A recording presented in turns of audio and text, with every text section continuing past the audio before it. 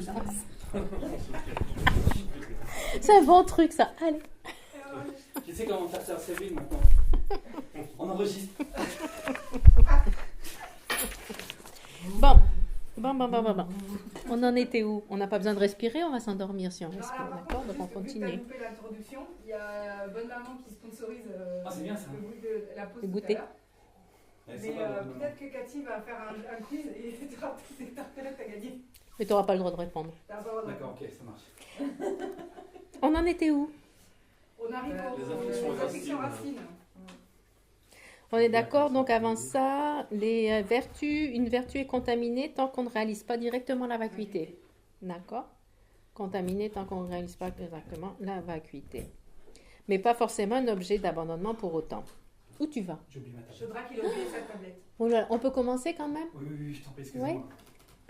Allez. Les afflictions racines. C'est dommage, c'est important ce qu'on va dire là. Bah ouais. Les perturbations racines. Définition du perturbation racine. Ben, on l'a pas. Une perturbation racine.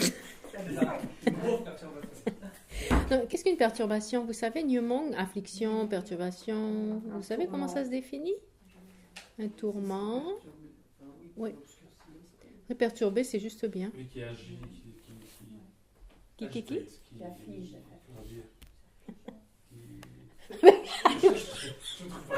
Ah non, mais moi, je ne peux pas me faire ça. Tous les trois, ils sont là. C'est ça, en plein ça. Non, c'est... Qui agit, c'est français ça? Qui agit? Comme ça, un peu à l'indienne. Machiwa, c'est quelque chose qui enlève la paix de l'esprit. Littéralement parlant, c'est que agite l'esprit dans le sens, parce que si on recherche l'opposé de paix, c'est l'agitation. Donc dans ce sens-là, ça agite l'esprit, ça enlève la paix de l'esprit. C'est l'aspect. Pour ça, perturbation, c'est parfait. Affliction, j'aime pas ce mot-là. En français, Pour ça, c'est pas joli. Affliction, ça colle en anglais apparemment, mais en français, perturbation, je trouve que c'est parfait. Ça démontre exactement ce que c'est. Oui. Donc qui élimine, qui détruit la paix de l'esprit. Après une perturbation, Nyumong en tibétain, oui. Une perturbation, elle est basée sur la vue de la collection transitoire, sur la vue de l'ignorance. Toutes les perturbations sont basées sur la vue de la collection transitoire qu'on va voir dans la dernière, numéro 6, D6. On va la voir tout à l'heure, c'est l'ignorance de base de toute façon, d'accord? C'est la base de toutes les perturbations. Donc, pour les éliminer, il faut éliminer la base, l'ignorance tout simplement. Donc, l'opposé sera la sagesse de la vacuité qui coupe l'ignorance, qui est la base de toutes les perturbations, de tous ces problèmes mentaux que l'on a. Maintenant, les perturbations, elles peuvent être vertueuses ou non. Vertueuses ou non, ça dépend. Et non vertueuses ou neutres, pardon. Non vertueuses ou neutres, elles peuvent être. Par exemple, des perturbations qui sont neutres, de toute façon, il y en a 3, et qui sont toujours neutres. Il y a la vue de collection transitoire, il y a l'ignorance innée, pas celle qui est acquise intellectuellement, mais l'ignorance innée, et l'une des deux vues des extrêmes, c'est la vue de l'extrême de la permanence. Donc celles-là, elles sont toujours neutres. Vue de la vision de la vue de la collection transitoire, l'ignorance innée, et la vue de l'extrême de la permanence. Elles sont neutres, par nature. Que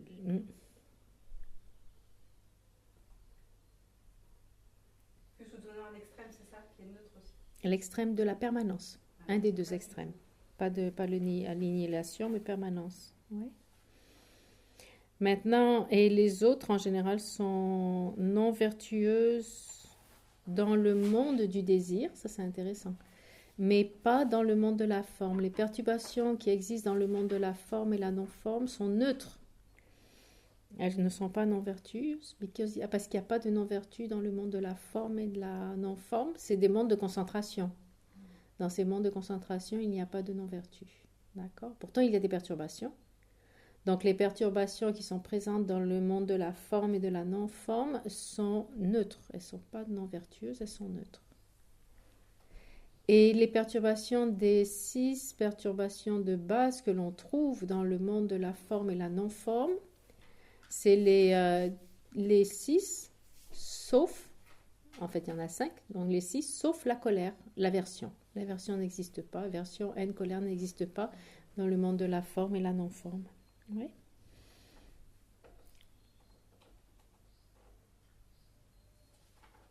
Donc, elles ont leur propre entité, ces perturbations, ou elles sont ces 3 qui sont neutres constamment, les autres qui seront non vertueuses dans le monde du désir, qui seront neutres dans le monde de la forme, et donc elles ne peuvent pas se transformer, de devenir neutres ou non vertueuses suivant des variantes. Non, elles restent dans leur nature telle qu'elle est suivant le niveau. Et par contre, elles peuvent causer des vertus, des non-vertus. Donc même une perturbation peut être la cause d'une vertu. On a vu avec l'attachement par exemple. L'ignorance bien sûr, toujours présente, mais l'attachement aussi peut être une cause pour créer une vertu. L'exemple qu'on avait, c'est le karma pour renaître dans une renaissance favorable par exemple. Ouais. Donc c'est pas vraiment carré la relation entre les perturbations et la non-vertu, c'est pas systématique. Une perturbation n'est pas systématiquement non-vertueuse. Mais elle peut être la cause de non-vertu aussi.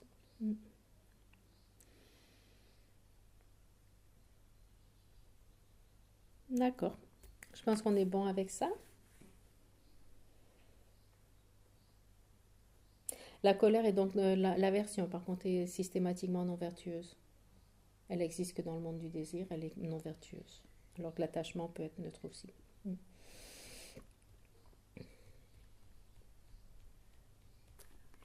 Et on va commencer par la première. La pire de toutes, à part l'ignorance. L'attachement. La plus difficile à gérer. Quelle est sa définition? Un facteur mental qui perçoit par son propre pouvoir un objet contaminé comme étant attrayant et de ce fait le recherche. Oui. C'est déjà des éléments qu'on a vus avant. L'objet est jugé comme attrayant de par l'attention, l'engagement mental, l'attention mentale, oui, qui le voit comme attrayant, qui exagère ses qualités. Et de là vient l'attachement. Et recherche, donc il y a ce côté désir qui recherche l'objet. Et le fait qu'une fois qu'on l'a, on ne veut plus s'en séparer. Ouais. Il est difficile de se séparer d'un objet d'attachement. Sa fonction engendre la souffrance. Pourquoi? Parce que c'est une perturbation.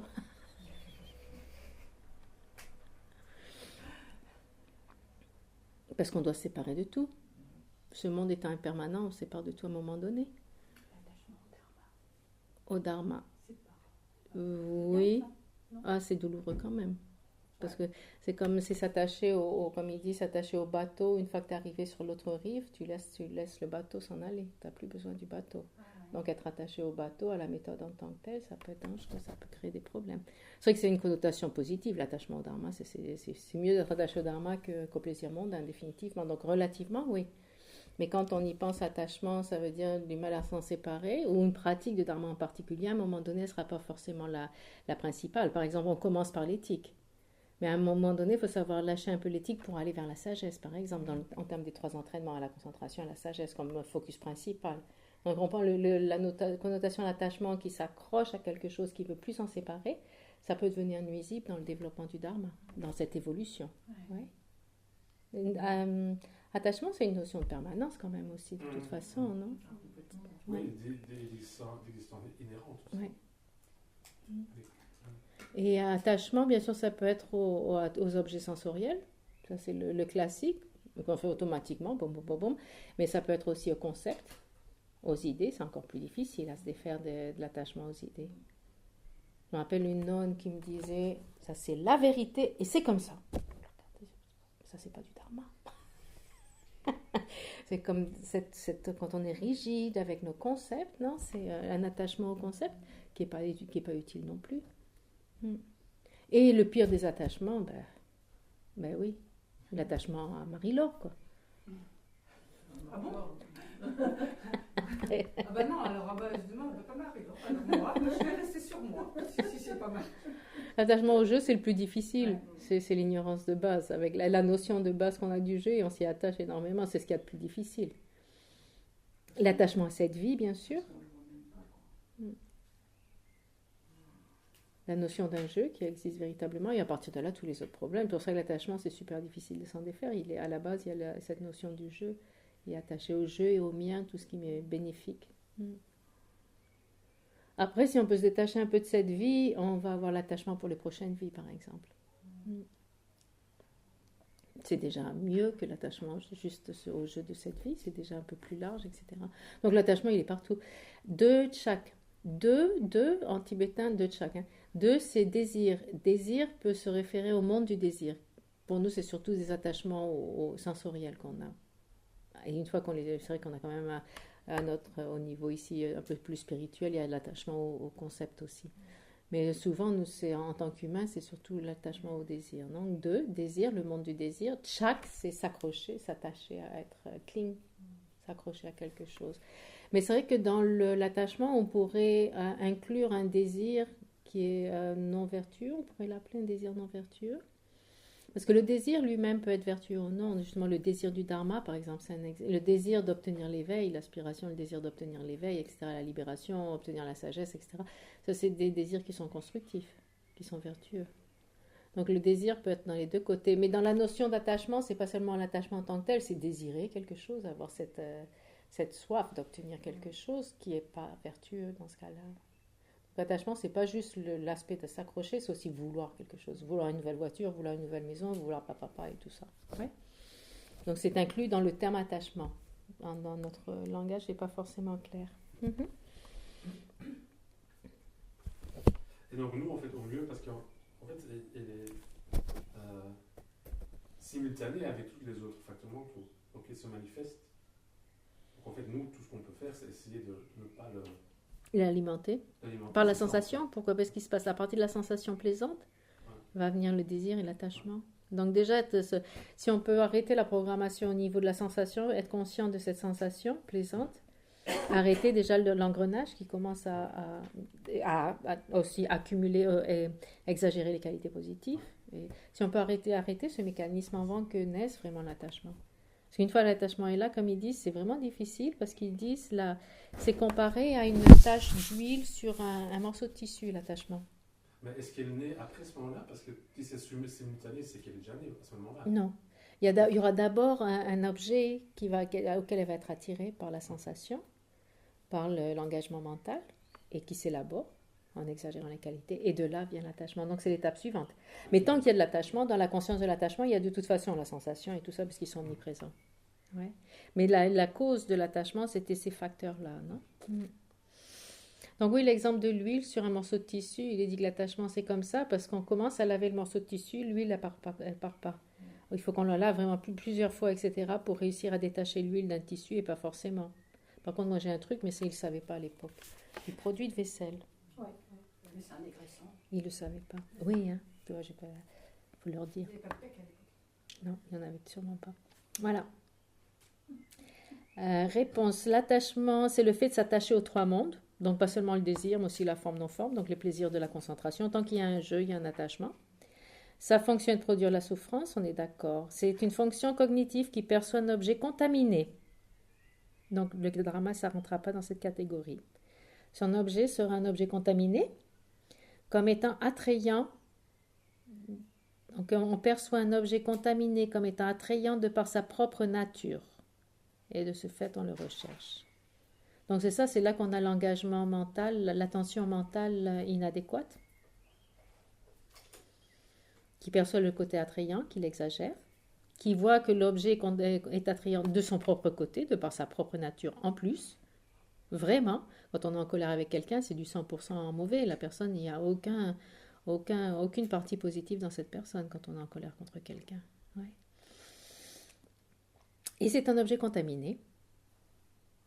En fait, dans les termes techniques, ce qui est un objet contaminé, ça veut dire que c'est un objet d'observation qui, quand on l'observe, développe les perturbations. C'est le sens de contaminé. Ouais. Un objet contaminé, c'est un objet qui, de par la connaissance de cet objet, l'observation de cet objet, ça va accroître les perturbations côté attachement, côté aversion, un des deux de toute façon. Ouais. Donc le dharma, ça ne marche pas dans ce cas-là. Le désir du dharma, c'est pas un attachement c'est pas un attachement perturbation. On est sauvé. Oui, donc ici avec cette définition, alors l'attachement avec cette définition est non vertueuse. Alors. Oui. Ah, c'est pas... Oui. C'est perturbation, définitivement. Ouais. Donc est-ce qu'on dit mais c'est pareil, un attachement une renaissance favorable. Est-ce que c'est l'objet contaminé ou pas? Oui. C'est quand même du samsara, même si le karma sera vertueux de renaître dans une bonne renaissance, mais relativement c'est contaminé, parce que c'est une renaissance où tu répètes encore la même chose de toute façon. Il y a un attachement au Bouddha. Non, c'est pas un objet contaminé. Bah ouais, c'est ça. C'est pas un objet contaminé. Un attachement vertueux. On pourrait dire. Non contaminé. C'est quand même contaminé. Si on parle de contaminé en termes d'avoir l'ignorance, c'est contaminé par l'ignorance, donc c'est contaminé par un autre facteur mental, mais pas par rapport à l'objet. L'objet n'est pas contaminé, mais l'esprit est contaminé par le facteur de l'ignorance, déjà de toute façon pour tout le monde. Parce que du coup, c'est toujours vertueux. Entité aussi. Ouais. Il y a l'ignorance de toute façon derrière. Et discrètement. Et... C'est vrai qu'elle est revenue. Personne ne l'a remarqué. Mais en termes de l'objet, il n'est pas un objet contaminé. Donc ça en fait, je pense que ça en fait une action vertueuse. De toute façon, il y a un côté vertueux de toute façon. Ouais, même si c'est une forme d'attachement. Dans l'attachement serait d'avoir cette statue du Bouddha et de voir le Bouddha, pas la statue, mais le Bouddha, pas vouloir s'en défaire. Pas vouloir se défaire de la statue, et c'est un attachement, c'est pas forcément positif. Mais toutes les actions qu'on fait par rapport à une représentation des Bouddhas deviennent vertueuses. C'est comme l'histoire de l'insecte qui tourne autour de la stupa et qui gagne des mérites, etc. Non, c'est par la vertu, par le pouvoir des objets saints. Oui. Donc dans ce cas-là, il y a quand même un certain mélange. Maintenant, ce qu'on voit dans le problème, on en est à l'attachement. Et donc le problème de l'attachement, c'est surtout qu'on ne peut plus s'en séparer. C'est le problème principal. Et de là vient la souffrance, le fait de ne pas être en contact avec des objets attrayants et les apprécier, c'est que c'est positif. Mais le fait de ne plus vouloir s'en séparer, c'est là que ça devient une complication, et c'est là que ça devient une souffrance. Il y a des attentes, etc. Ça devient une souffrance. Non, donc entre être attiré par quelque chose ou désirer quelque chose et vraiment le rechercher et ne plus pouvoir s'en séparer, c'est là qu'est la limite, je pense. Non. Qu'est-ce qu'on a d'autre sur l'attachement? Il y a tellement de choses à dire sur l'attachement. Donc l'attachement aux trois mondes, du désir, de la forme, de la non-forme. On a vu le principal, c'est le fait que l'attachement peut être au monde du désir, aux objets sensoriels, mais aussi aux idées, aux concepts et tout. Ça c'est important. L'attachement au jeu qui est le principal. Ouais. Sa fonction, produire de la souffrance.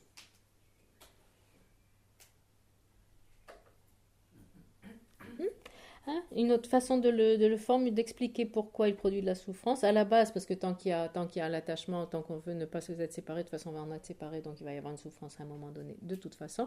Mais eux, il explique comme ça. Yeshe Gyaltsen, dans son texte, il dit « La racine de toute souffrance au sein des trois mondes du samsara est la renaissance qui nous lie à celle-ci. Et que la cause principale de la naissance au sein du samsara est l'attachement, la soif elle-même. » Dans ce cas-là, on parle de l'attachement qui est numéro 8 et 9 des 12 liens. Oui. Qui est le côté de la soif ou de l'attachement au moment de la mort, qui va alimenter ou activer le karma projetant vers une nouvelle vie. Donc cet attachement au moment de la mort, l'attachement au jeu au moment de la mort, c'est ce qui est mentionné comme ayant comme fonction produire la souffrance, dans le sens où ça nous fait renaître dans le samsara et continuer à souffrir. Une fois, comme ça, d'une façon une constante, quoi. Et quand on renaît, la formulation de renaître dans le samsara, on parle des 5 agrégats toujours, oui. Les 5 agrégats qui sont contaminés et appropriés. Ouais. Donc, ils sont là dus à la soif, à l'attachement du moment de la mort, de la mort précédente à cette naissance, avant le bardo. Agrégats appropriés, pourquoi on les appelle appropriés? Ça fait bizarre, en plus dans nos langues, ça fait bizarre le terme. D'appropriation même, on dit. D'appropriation. Ouais. Parce il y a trois aspects d'appropriation quant à nos agrégats. Les agrégats, c'est notre vie, c'est nous avec, c'est la combinaison du corps et de l'esprit. C'est cette combinaison physique et psychologique, non? Et mentale. Appropriation, ils sont appropriés dans le sens où ils viennent, la façon dont c'est expliqué pour s'approprier, c'est pas un, ils viennent à la force du karma et affliction et perturbation. Ouais, c'est les karmas et perturbations qui créent le karma qui fait qu'on renaît, le karma projetant, on renaît ici. Donc ils sont appropriés dans le sens où ils viennent de la part à la force du karma et des perturbations, déjà. Ensuite, ils sont d'appropriation au présent, dans le sens où ils font l'expérience de la souffrance et ils produisent le karma pour souffrir dans le futur. Ouais. Ces agrégats, ils viennent à cause du karma et des perturbations. Au présent, ils font le résultat de ces perturbations du karma dans l'expérience de la souffrance au présent et ils perpétuent les actions négatives, le karma, pour renaître encore et encore avec ce système des 5 agrégats. C'est le sens qu'a ce terme appropriation. Même en tibétain, ne l'aime pas, c'est un petit peu bizarre, mais quand c'est expliqué, il y a ces 3 aspects des karmas qui sont contaminés, des agrégats contaminés, appropriés. Ouais. Est-ce que quand tu dis karma et perturbation, par exemple, une renaissance supérieure, ça ne peut pas être sous le pouvoir des perturbations parce que c'est un karma négatif. Dans ces cas-là, c'est perturbé dans le sens où il y a la saisie. Comme on disait, un karma de renaître qui projette sur des renaissances supérieures, par exemple au niveau de la forme, c'est quand même un karma qui est contaminé. Parce qu'il y a la base de la perturbation, parce qu'on dit karma et perturbation. Parce que ça, c'est la true origin, c'est l'origine véritable qui produit la souffrance véritable. Et ces 5 agrégats sont la base de la souffrance. Ouais. C'est pas perturbation en tant que facteur mental perturbateur. Non, c'est parce que des perturbations dans les vies passées, de l'ignorance, l'attachement par exemple, de l'attachement à une action, ce karma un de ces karmas sera projetant, il va donner naissance. Donc dans ce sens-là, ouais, c'était dans ce sens-là. Et de plus, au moment de la mort, il y a donc la perturbation, en plus de l'attachement, de la soif, qui alimente, qui active ce karma projetant, la soif, la saisie, ouais, qui sont des attachements. Donc c'est une perturbation, mais c'est pas forcément. C'est-à-dire que perturbation, c'est pas nécessairement non vertueux. Non, t'es arrivé, mais c'est pour ça que t'étais pas là. C'est enregistré. Par ma collègue à la réception, elle m'a dit j'ai un problème. C'est enregistré, t'inquiète. Il y a donc 3, on va lui répéter quand même le mot. Vous allez lui répéter d'ailleurs. 3 afflictions qui sont toujours neutres, c'est lesquelles? La vue la collection transitoire, de l'extrême de la permanence et l'ignorance innée. D'accord, elles sont toujours neutres, à tous les niveaux. Mais bien qu'elles soient neutres, elles peuvent être la cause de perturbations, d'agissements non vertueux ou vertueux, bien qu'elles soient neutres. Elles ne vont pas se transformer en vertueuses, non vertueuses, mais elles ont le pouvoir hein. Ok, après, quand on passe au monde de la forme, qu'est-ce qui se passe avec nos 6 perturbations racines? Il y en a qui disparaissent. Laquelle? La colère. L'aversion. L'aversion. Dans le monde de la forme non-forme, il n'y a pas d'aversion. Il y a les 5 autres qui seront présentes éventuellement, ouais. Sauf s'il y a la réalisation, la vacuité, etc. Mais en général, le monde de la forme, en général, samsari. Et qu'est-ce qu'il y avait d'autre? C'est tout, hein. Il y avait d'autres choses de noter? sans forme. Non. C'est la même chose. Okay. Forme et non-forme. Moi, après, j'ai remarqué qu'elle pouvait être quand même la cause de vertu, sauf pour la colère aussi. Exactement. L'aversion, c'est de toute façon non vertueux. Ouais.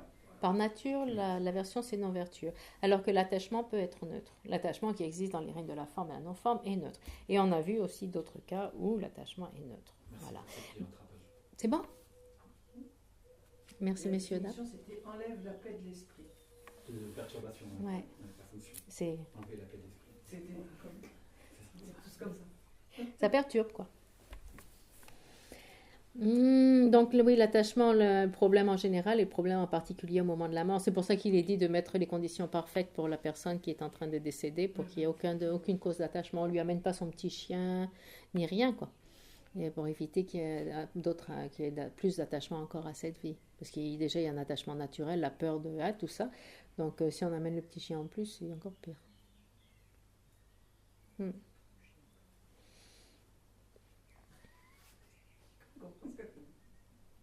Ah ben dis donc, j'en suis... Oui. Hein? Donc, ne supporte pas de s'en séparer. Il y a une différence donc entre l'attachement qui est contaminé par nature. L'attachement est contaminé par nature, d'accord. Et le désir qui n'est pas toujours contaminé par rapport au dharma, par exemple. Parce qu'il y avait cette question, l'attachement au dharma. Donc, notre objet, c'est un objet contaminé. Un objet contaminé, le dharma n'est pas un objet contaminé. Qu'est-ce qu'un objet contaminé? Nous, on a eu la réponse. Objet contaminé, c'est nécessairement lié à la saisie d'un soi, non? À la conception d'une fausse existence véritable. C'est pas faux, hein. De toute façon, Dans quel contexte, Tu es en train de nous faire un chat GPT là. Objet contaminant, ça veut dire que c'est quelque chose qui accroît les perturbations. C'est un objet qui accroît les perturbations. Quand on est en contact avec cet objet, ça va développer les perturbations. C'est le terme objet contaminé pour les consciences. Et on a vu que de toute façon, tous nos esprits sont contaminés en termes d'avoir l'ignorance à la base, de toute façon. Donc, même nos vertus sont des vertus contaminées, mais sont quand même vertueuses de toute façon. Donc, c'est bon à prendre pour l'instant. Je pense qu'on est bon pour l'attachement. On pourrait en parler pendant des siècles et des siècles. De fait, dans les traditions Theravada, la présentation focus beaucoup plus sur le non-attachement que sur la sagesse qui élimine l'ignorance complète, non? On parle beaucoup de non-attachement dans le sens d'éviter cette soif ou cette saisie qui fait renaître dans les renaissances, etc. Détachement aux choses du monde, etc. Il focus beaucoup plus dans leur présentation sur l'aspect du détachement. En même temps, c'est un peu normal, c'est l'aspect le plus grossier, on peut dire aussi. Oui, aussi. Oui. Parce que si tu n'as pas de soif au moment de la mort, même si tu as des karmas projetants, ils ne vont pas être alimentés. Ouais. Donc tu te sors du cycle des naissances juste par être défait des attachements, mais tu as encore ton problème de base qui est l'ignorance de toute façon, donc tout n'est pas réglé non plus. Ouais. Donc ça veut dire qu'il pose le fait qu'on peut se libérer d'existence conditionnée par le simple fait de ne pas avoir de perturbation. Pas de soif. Perturbation, ça inclut l'ignorance, par le non-attachement. Je ne sais pas s'ils vont le présenter complètement comme ça, mais la sagesse du non-soi, ils en parlent très peu, ils en parlent beaucoup moins que la notion de détachement. Ouais. Maintenant, si tu parles détachement au soi, c'est un non-soi aussi. Est-ce que tu crois que ça sera accepté? Si tu poses la question comme ça chez Gelsen, est-ce que l'entraînement juste au non-attachement suffit? Non, pour nous, non. Ouais, non, pour nous, il faut toucher l'ignorance de toute façon. Ouais. C'est-à-dire qu'ils passent leur vie à s'entraîner sur un truc qui ne permet pas de se libérer, c'est ça qui n'est pas complet. C'est pas complet. C'est une libération partielle. C'est pas complet, oui. Ils appellent ça la libération de l'abhidharma. Ngontu, non, c'est le terme abhidharma, mais c'est la libération, on le traduit comme une pseudo-libération. Ça existe, le phénomène existe et présenté dans les textes. Abhidharma Kosha, je ne sais plus quel texte. Ouais. Mais ça correspond à l'état d'art ou pas? Parce que c'est pas un vrai arat. Ah oui, c'est un pseudo-arat. Alors en théorie, dans les textes Mahayana, il est dit qu'il y en a qui croient à ce niveau-là. Mais est-ce que les Theravada le présentent juste comme ça? Je ne suis pas sûre. Est-ce qu'ils vont sûrement parler du non-soi à un moment donné? Mais souvent dans la présentation générale, c'est le non-attachement, détachement, beaucoup plus que Mahayana, c'est directement à l'ignorance. L'ignorance du jeu, pour commencer, du soi. D'après les Madhyamika Svatantrika, l'ignorance, éliminer la saisie du soi, du jeu, de la personne, amène à la libération personnelle. Donc on n'a pas besoin de réaliser la vacuité de tous les phénomènes pour avoir une libération personnelle, d'après les Madhyamika Svatantrika. Là, je vous entraîne pour l'automne avec les écoles philosophiques. C'est des premiers shoots comme ça, tu sais, ça fait du bien. Après, vous allez entendre ça. Ah oui, Geshe Lakati, elle a dit ça. Comment ça, vous n'avez pas compris? Alors que pour les prasangika, il faut éliminer la saisie des phénomènes de toute façon, dans tous les cas. Pour la libération personnelle comme pour l'éveil, il n'y a pas de différence. C'est pas pour eux, parce qu'en fait, c'est dans le cas de 4 nobles vérités, dans la première, pour la selfless et empty. Et empty, en fait, ils ont une définition, c'est pas libre de... Les deux sont des saisies de la personne. Les deux sont saisies de la personne, ouais. Le fait que le non-soi de la personne permanente, tac, et la non-soi de la personne substantielle, tac. Ouais. Tac, vous pourrez le répéter aussi. Geshe-la, il va adorer. Ça me fait penser à un hélicoptère. Mais du coup, mais là tout de suite, je ne peux. Le fait des trois niveaux qu'on a dans le Mahayana, du coup, c'est le niveau initial. Dans le Lamrim, Dans le Lamrim. oui. Dans les écoles, dans les différentes écoles, ça c'est accepté quand même. Oui. Le niveau de libération? Oui. Ben, le niveau initial, c'est pour tous les bouddhistes. De toute Oui, façon, voilà. l'éthique d'une renaissance normale, d'une bonne renaissance, c'est pour tous les bouddhistes. Le niveau moyen, c'est aussi pour tous les bouddhistes de toute façon. Il n'y a pas de question. Obtenir la libération, c'est le but de tout le monde. Libération personnelle comme minimum, c'est le but de tous les bouddhistes, Hinayana, Mahayana. En passant par l'analyse des 4 nobles vérités ou l'analyse des 12 liens d'interdépendance. Les Theravada travaillent énormément avec les 12 liens d'interdépendance. Le copain qui avait les shamatha que je vous racontais hier, c'est ça, il passe par l'expérience des 12 liens, etc. Donc tout ça, c'est commun. C'est pour ça qu'on appelle ça la voie commune. Ouais. Et ce qui est particulier au Mahayana, c'est d'obtenir l'éveil, donc pour le bien de tous les êtres.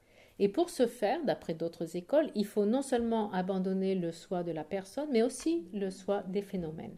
Suivant les autres écoles, Prasangika, il n'y a pas de problème, tout le monde doit abandonner ça.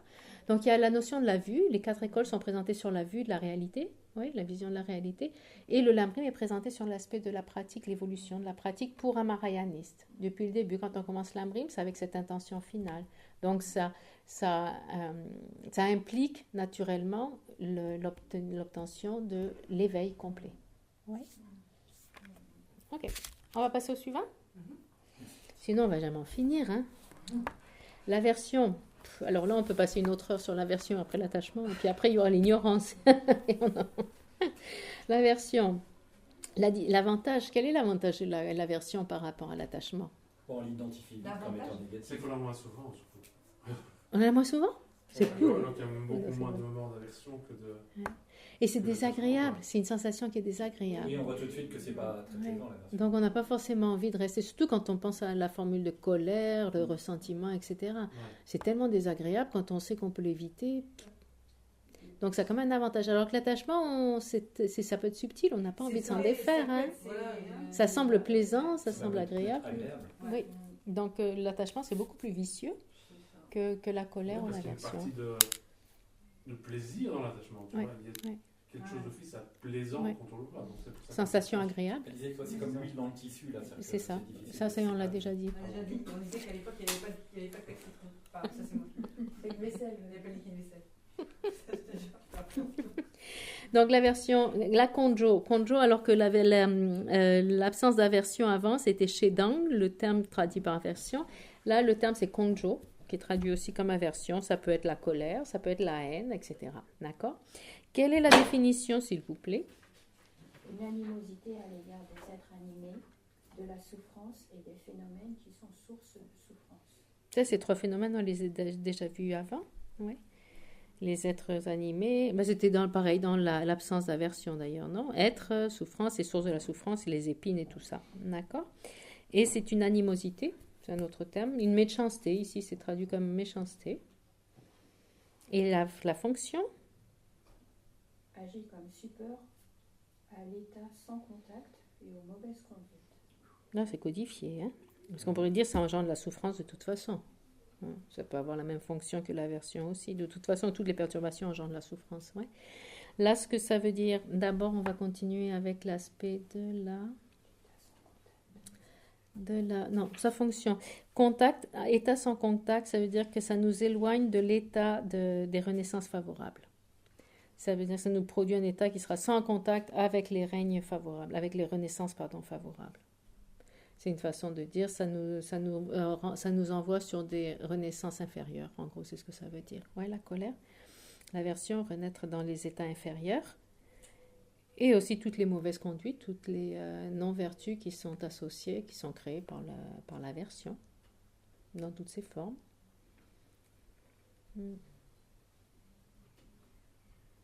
Ah, ici, ils disent ne pas demeurer en contact avec le bonheur, renaissance ou bonheur en tant que tel.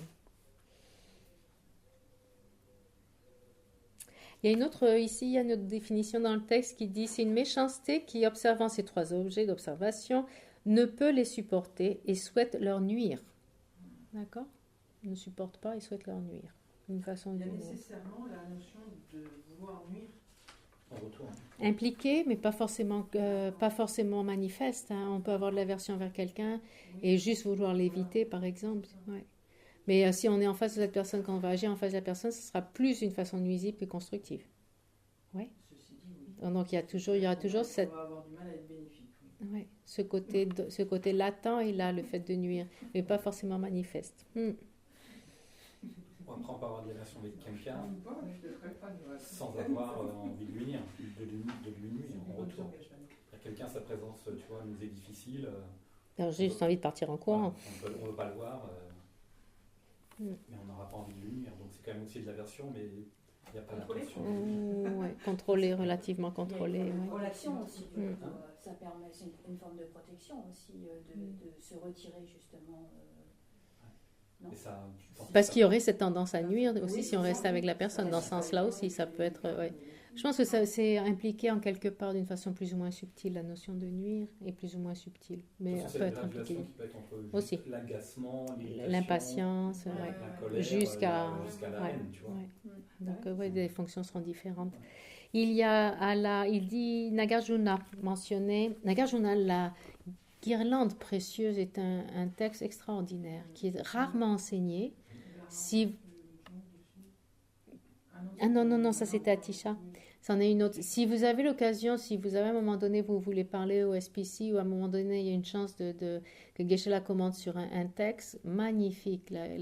En général, quand Nagarjuna, on fait la lettre à l'ami, souvent, non? Alors que la guirlande précieuse, elle est rarement enseignée.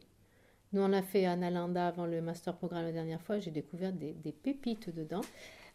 En vrai, entre vous et moi, Shantideva, c'est du copy-paste, copie-coller de la guirlande précieuse de Nagarjuna. Ouais. Les versets sur tant que l'espace durera, c'est la guirlande précieuse de Nagarjuna. Qu'est-ce qu'il y avait d'autre? Le chapitre 6, verset 10. Si tu as un problème, s'il y a une solution, pourquoi t'énerver? S'il n'y a pas de solution, pourquoi t'énerver? Ça vient aussi de la guirlande précieuse. Il y a plein d'informations dans la guirlande précieuse. C'est un joyau de texte impressionnant. Et pourtant, on n'en parle pas souvent. Donc un jour, si vous n'avez rien à faire à l'Institut, faites la requête de la guirlande C'est le précieuse. cours pour l'année prochaine, là, on va Voilà.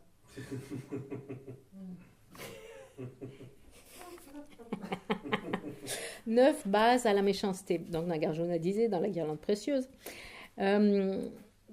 Qu'est-ce qui est un élément, quel est l'objet qui va nous faire réagir d'une façon négative, de cette façon négative? Alors, il y a 3 sortes. Il y a une liste de 9. Attends, on va aller dans l'ordre. 3 multiplié par 3. Ouais, c'est structuré, là, on y pense.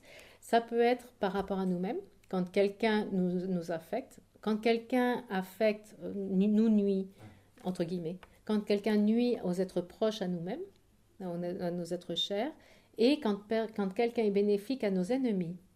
D'accord? Donc, c'est les trois bases. Donc, envers nous-mêmes, nous nuire à un ami et bénéficier à un ennemi. Et ça dans les 3 temps. Passé, présent, futur.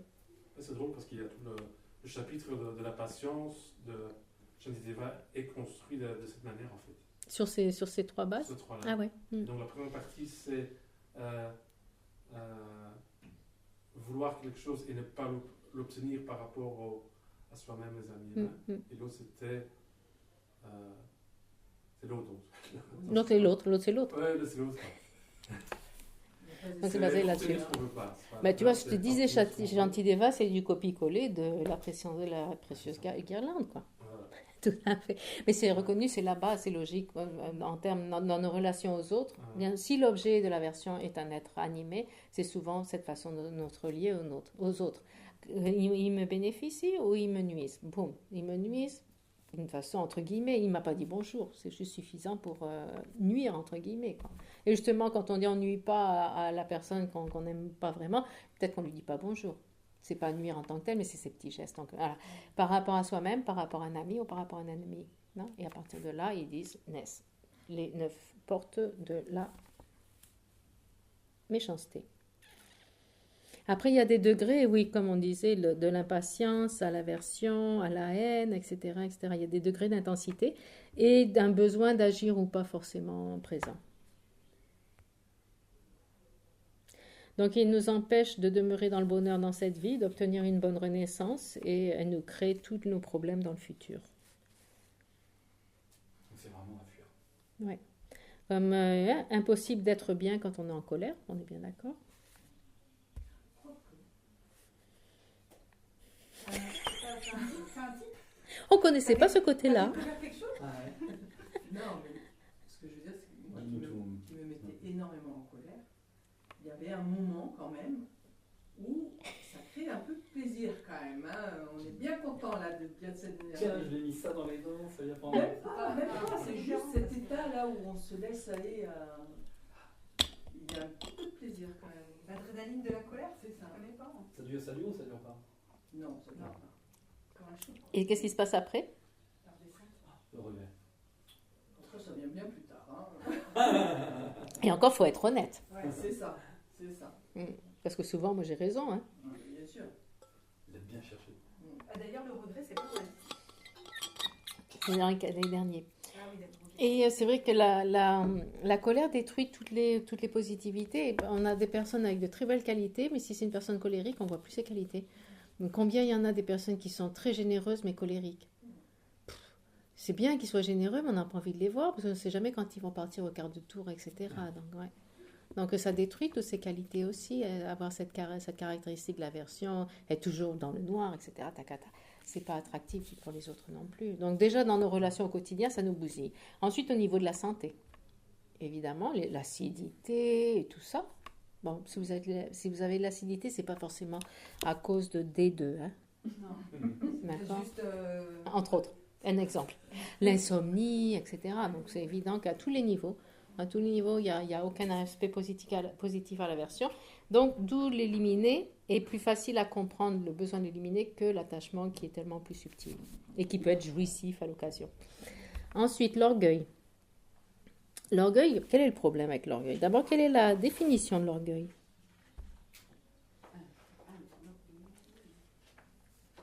Un facteur mental qui, s'appuyant sur la vue de l'assemblage transitoire, prend l'aspect d'une inflation de l'esprit en observant nos richesses, nos qualités, notre jeunesse, etc. Donc, il s'appuie sur la vue de la collection transitoire. C'est une autre traduction qui avait été faite ici. Il s'appuie sur l'ignorance, le jeu. Bien sûr, s'il n'y a pas la notion du jeu, il n'y aura pas d'orgueil. Ouais. Donc, le jeu est omniprésent. Et c'est là qu'il est dit quelque part que la vue de la collection transitoire est une cause pour l'égocentrisme et le narcissisme. C'est vrai que plus elle est développée, plus, voilà, égocentrique, narcissique et tout ce qu'on veut. Donc, c'est basé sur cette vue de base du jeu, la notion du jeu qu'on va voir un petit peu plus tard. Et ça prend l'aspect d'une inflation, parce que ça marche en anglais, en français, c'est pas des termes qui sont convaincants. Yeah, puff up. Ouais. Full of oneself en anglais, ouais, c'est plus dans le sens où on est il est dit qu'on est comme un ballon de football, un ballon de football, infatué. Infatué, c'est pas être complètement attaché à quelque chose, Non, c'est pas un attachement Une intense. estime de soi tellement énorme. Ah ouais. Ah ouais. Ok, Oui, en tout cas, Il y a peut-être avoir deux une très sens. grande considération pour Voilà. soi. exagéré. De toute façon, c'est exagéré.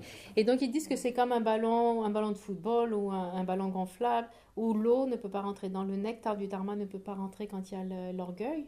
Parce que l'orgueil, c'est je sais tout de toute façon. Donc, c'est le défaut principal en termes du dharma de l'orgueil, c'est cette notion qu'il n'y a pas d'ouverture pour recevoir le dharma, pour apprendre. Il y a cet orgueil qui fait qu'on ne considère pas les maîtres ou le dharma comme étant quelque chose de grande valeur, avec respect, etc. Et donc, on n'apprend pas. L'orgueil, c'est notre obstacle. Oui, je sais. Oui, je sais. C'est notre obstacle à l'apprentissage. Ouais. Donc, c'est le problème principal de l'orgueil.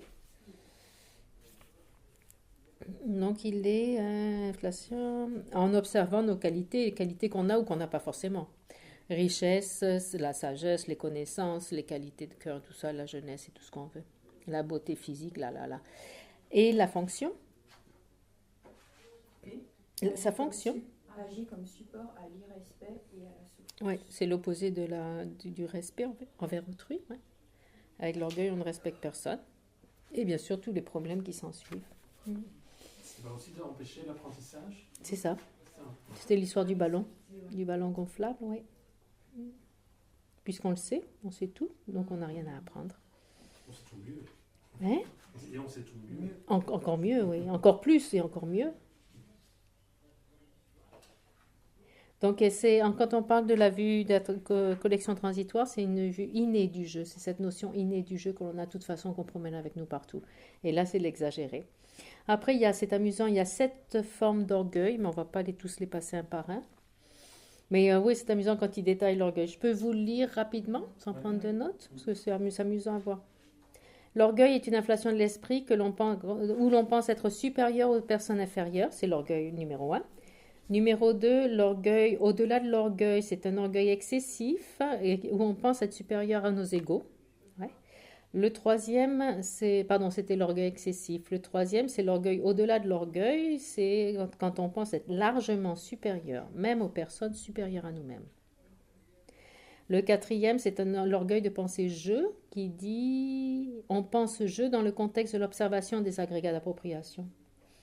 Ça semble plus être l'ignorance en tant que telle. Le cinquième, l'orgueil vaniteux, est une inflation de l'esprit où l'on pense que l'on atteint ce qui n'a pas été atteint. La lune, quoi. L'orgueil de légère infériorité, oui, où l'on pense être juste un peu inférieur à d'autres qui ont en réalité qui sont grandement supérieurs. Être avec un grand lama, dire oui, je suis juste en dessous, à peine. Et l'orgueil mal placé, ou erroné, une inflation des où on pense avoir atteint des qualités remarquables alors qu'on s'est en réalité égaré. Un exemple serait la suffisance de penser que l'on a atteint des qualités excellentes alors qu'on est en réalité possédé par un esprit. Oui, entendre des voix et croire qu'on a des réalisations. En entendant ces voix, on croit qu'on entend les lamas, etc. Ça, c'est plus une façon de... C'est quoi, c'est de la schizophrénie, c'est quoi? C'est plus un problème mental pour nous, on ne le classerait pas forcément dans l'orgueil. Mais bon, ça nous donne une idée. À petite dose, ça peut être juste... Drôle. Après, c'est sûr que C'est flippant quand même. Oui, enfin, après, c'est ce que disait Cathy, ça dépend du degré. Et puis, la schizophrénie, le mec, il y croit, mais à fond, quoi. Mais ça peut lui... Enfin, ça peut être compliqué, quoi.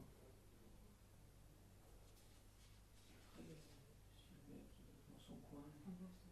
Problème de l'orgueil qu'on a dans le dharma, c'est pour ceux qui enseignent le dharma, par exemple, c'est vraiment super dangereux, l'orgueil. Le Vinaya qui dit être plein de suffisance pour ce qui n'est en réalité rien d'autre qu'une division de la honte. Par exemple, une personne qui pense avec suffisance qu'elle est bénéfique aux autres sous l'effet de son attachement aux biens et aux honneurs. Avoir l'orgueil de la connaissance en étant un lama monté sur un trône, etc., ça peut être rapidement, ça fait monter l'orgueil facilement aussi. Et vérifier la motivation, c'est pour ça qu'il est toujours dit, pour ceux qui donnent des enseignements, il faut vraiment s'assurer que c'est pas pour la réputation, que c'est pas pour l'argent que c'est fait, c'est pas pour accumuler tout, avoir attrapé les sponsors et tout ça, il faut vraiment être sûr de la motivation. L'orgueil, c'est super dangereux quand on monte dans les voies.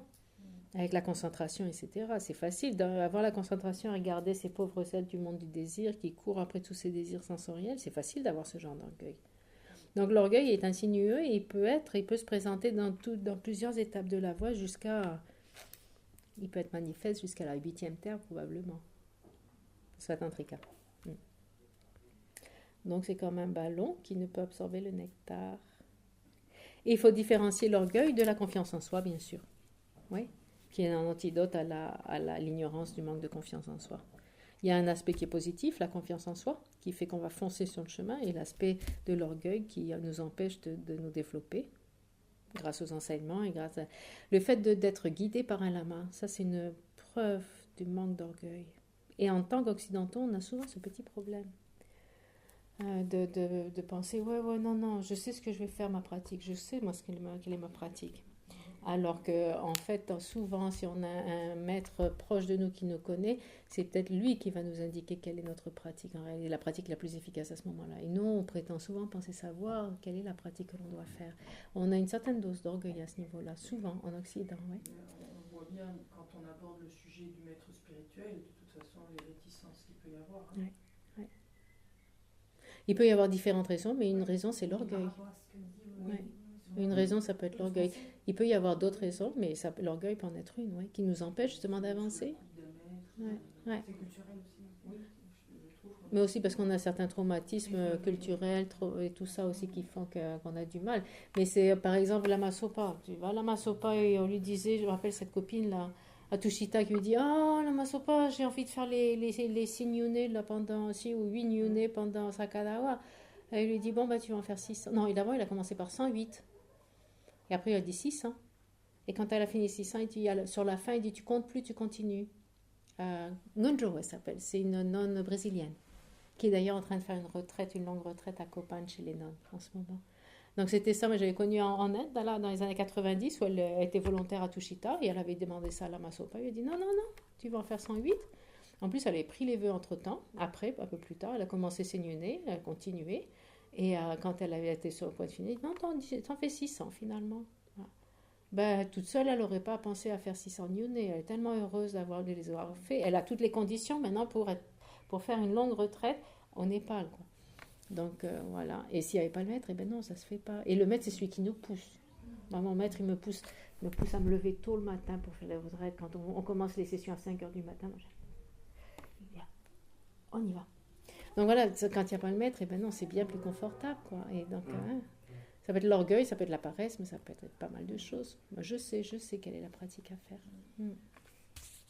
Voilà. C'est comme ça. Et donc, dans la précieuse guirlande, Nagarjuna disait... Voilà, on y revient. Je suis en partie. De l'arrogance vient une mauvaise lignée, de la jalousie peu d'éclairs, de la haine un visage au mauvais teint. On a tous des teints dorés par ici. De ne pas questionner les sages, la stupidité. Ce sont les fruits pour les humains. Mais avant tout cela, il y a la mauvaise migration, dans le sens que suivant nos agissements, on va avoir ces répercussions. Ouais. Et quand on dit de l'arrogance une mauvaise lignée, parce qu'en termes de renaissance, qu'est-ce qui se passe à cause de l'arrogance ou de l'orgueil? On va renaître comme serviteur. Ouais. À cause de l'orgueil. Ouais. Serviteur ou dans ce sens-là, dans de service aux autres, mais en étant esclave. C'est pas parce que non. c'est serviteur d'un lama. Oui. C'est pas être au service d'autrui, parce que c'est ce qu'on veut, être au service d'autrui, mais dans le sens où tu es complètement contrôlé et tu es sous les ordres de quelqu'un. Ouais. Esclave. Une forme d'esclavitude. Ouais. Ok. Le contraire est vrai aussi. Le contraire est vrai, si tu fais tout le contraire de tout ça, c'est le contraire. Ben oui, l'humilité. Et l'opposé de l'orgueil, en quelque part, c'est l'humilité. Il faut avoir une dose de confiance personnelle, de toute façon aussi. Et être humble, accepter les conseils, etc. Oh, l'ignorance. On a presque fini. Alors, racontez-moi. Que dit l'ignorance? Quelle est sa définition? Le facteur mental d'inconnaissance qui est obscurci. Qui est obscurci, pardon. Non, qui est obscurci. Oui, tout à fait. Quant au mode d'existence de l'ensemble des phénomènes. Deux types. Un obscurcissement qui est le facteur mental de non-connaissance. 2. Une cognition qui appréhende de façon erronée. Ma, Rigpa. En tibétain, ma, c'est une négation. Rigpa, c'est connaissance. Rigpa, c'est tout ce qu'on veut, mais ça peut être connaissance ici, donc c'est non-connaissance. Mais comme il est dit ici, il y a deux aspects d'inconnaissance. C'est beau comme mot, l'inconnaissance, c'est proche de ça. Il y a le fait de ne pas connaître, tout simplement, et le fait de connaître de façon erronée. Oui. Et notre problème de base, c'est notre connaissance erronée du jeu, de la notion du jeu et des phénomènes et de tout ça, d'accord? Donc c'est un obscurcissement, le fait de se voiler quant à la réalité, conventionnelle et ultime, de tous les phénomènes en gros.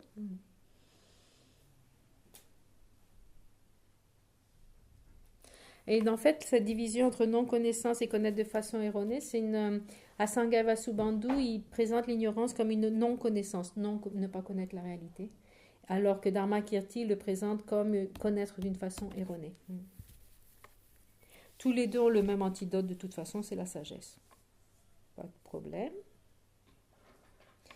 Maintenant, il y a une autre division de l'ignorance qui est encore plus importante.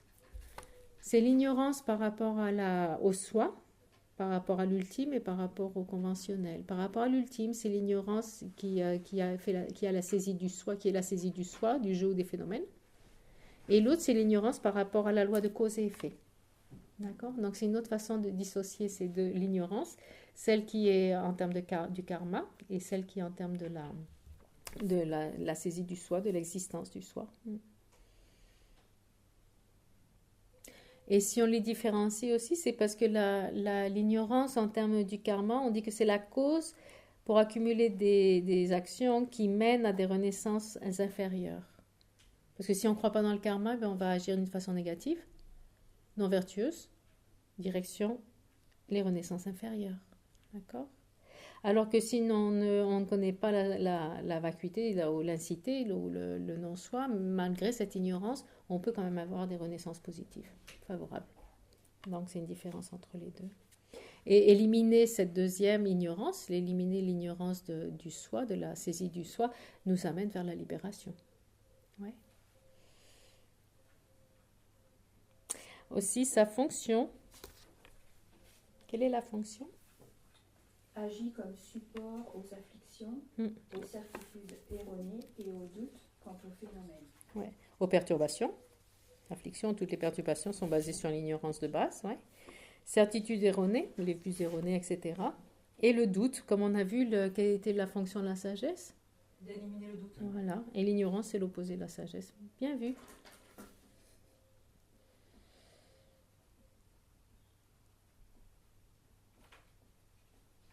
Et l'ignorance est tellement essentielle qu'elle est mentionnée dans les 12 liens comme étant la première. Le premier des 12 liens, l'interdépendance, c'est l'ignorance. C'est l'ignorance. Quel est le rôle de l'ignorance dans les 12 liens? C'est elle qui crée, qui est la cause d'évolution des actions karmiques qui vont nous projeter vers des renaissances. D'accord? Et puis c'est tout, quoi. Il n'y a rien d'autre à dire sur l'ignorance. On va voir de toute façon la vue de la collection transitoire, donc on va avoir plus de détails à ce moment-là. En tout cas, l'ignorance, c'est pas seulement l'ignorance de la saisie du soi, des phénomènes ou de la personne, c'est aussi l'ignorance face au karma, est inclus dedans en général. D'accord? Par contre, quand on veut la libération, pour nous, il est clair qu'il faut éliminer l'ignorance qui est la saisie du soi, au moins du jeu et éventuellement des phénomènes. C'est le plus important qu'on a ici en termes de l'ignorance. Et l'ignorance, on la voit dans tous les enseignements. Partout. Partout. C'est très clair que c'est la racine de tous les problèmes. Le doute, on l'a déjà vu. Oui. Cognition partagée à l'égard des 4 nobles vérités, les actes et leurs effets, etc. Comment c'était défini le doute? Vous vous en rappelez quand on a vu c'était quoi, dans les 7 consciences? Qui hésite entre 2 points ou entre ouais. deux... C'est comme un Y, qui va dans 2 directions, qui hésite entre 2 directions. Ouais. Qui hésite entre 2... C'est quoi le terme exact? Une position qui, par son propre pouvoir, a des incertitudes entre 2 points. Entre 2 points. Incertitude entre 2 points. Et là, ici, le doute, donc ça, c'est ça. Et après, qu'est-ce qu'il a comme fonction, le doute, alors?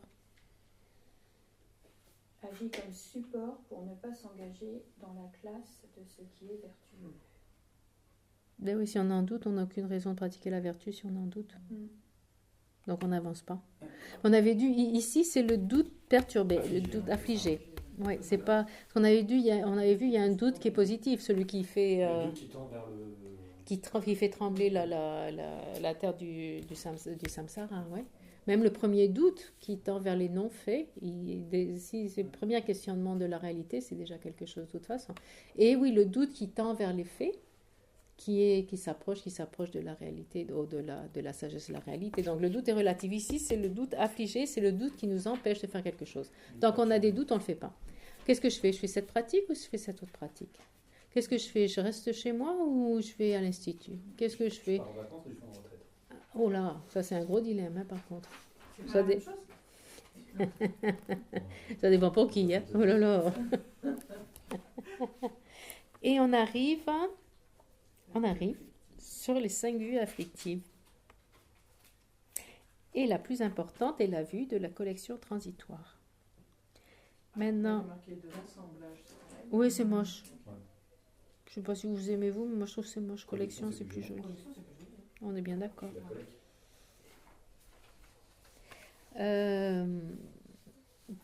Quel est... Donc ici, c'est le numéro 6. Parce qu'on est bien d'accord, on a 6 perturbations. Donc la numéro 6 s'appelle les vues afflictives ou les vues perturbées. C'est le même mot, Nyumonchen, d'accord? Et on en a 5. Donc c'est Vasubandhu, en général, quand il parle des perturbations, il parle de 10 perturbations. Alors qu'Asanga, celui qu'on suit ici, parle de 6 perturbations. Le truc, c'est dans la 6e, il inclut les 5 vues. Donc pour Vasubandhu, il dit que toutes les autres sont des vues qui sont des perturbations sans la vue. Sans vue, c'est quoi? L'attachement, l'aversion, l'ignorance, le doute et l'orgueil. Ils appellent ça des perturbations sans vue, parce qu'elles ne sont pas une vue directement, elles sont impliquées par les vues. Même l'ignorance, en fait, il l'inclut dans une non-vue, je sais pas, perturbation sans vue. Et celles-là, ce sont les 5 vues perturbées. Donc ça se réfère intellectuellement à qui, du coup, les vues? Ces 5 vues sont conceptuelles. Elles ne sont pas associées à une conscience sensorielle, mais elles peuvent être innées aussi. La vue de l'assemblée transitoire peut être innée de toute façon. Peut-être pas toutes, mais définitivement la première, oui. Elle peut être innée. Ouais. Les autres, je ne sais pas si c'est élaboré seulement. Les vues fausses aussi peuvent être innées, j'imagine. Elles n'ont pas besoin d'être élaborées, je ne suis pas sûre.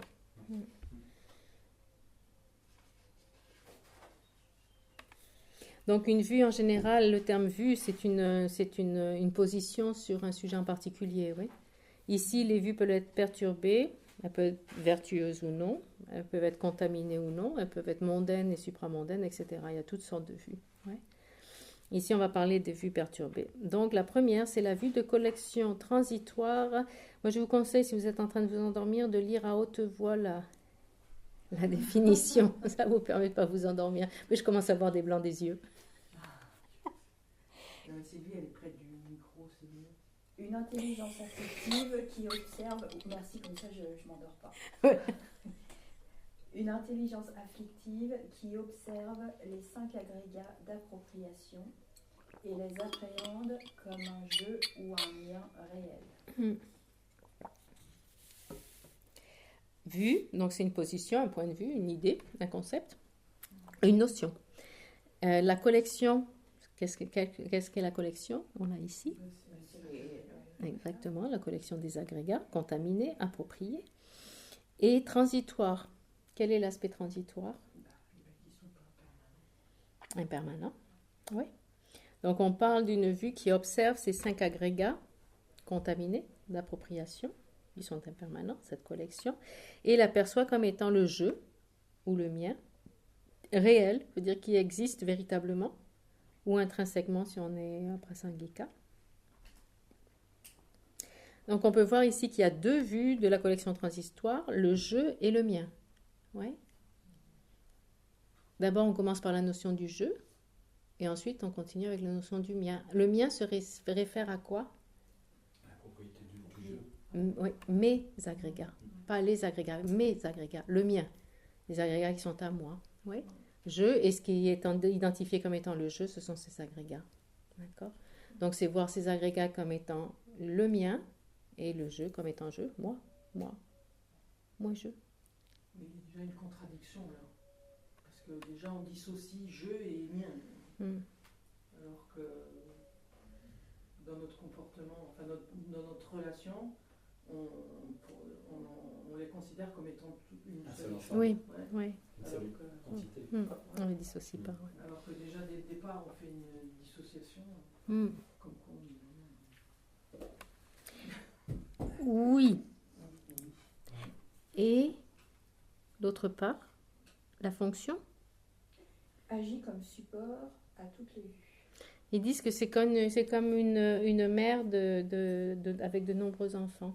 Parce que de là, elle donne naissance, cette vue, elle donne naissance à toutes les autres perturbations qui peuvent exister. Oui. Et quand on parle du jeu, quelle est la différence entre cette vue de la collection transitoire et la saisie du jeu? vas me dire 3 possibilités. Trois possibilités. Eh bien non, moi je dirais 4. Moi, je dirais 4 possibilités. Peut-être tu as envie de continuer à dormir. Entre la saisie du soi du jeu, de la personne, pardon. Pas des phénomènes, mais la saisie du soi de la personne et la vue transitoire. Qu'est-ce que vous en pensez, sérieusement? Qu'est-ce que vous en pensez? C'est pas la même chose. Non. Quelle est la différence déjà? La définition. Et la fonction. Et la fonction. On avance. Est-ce qu'il y a un point commun entre les deux? Une base commune, oui. À savoir?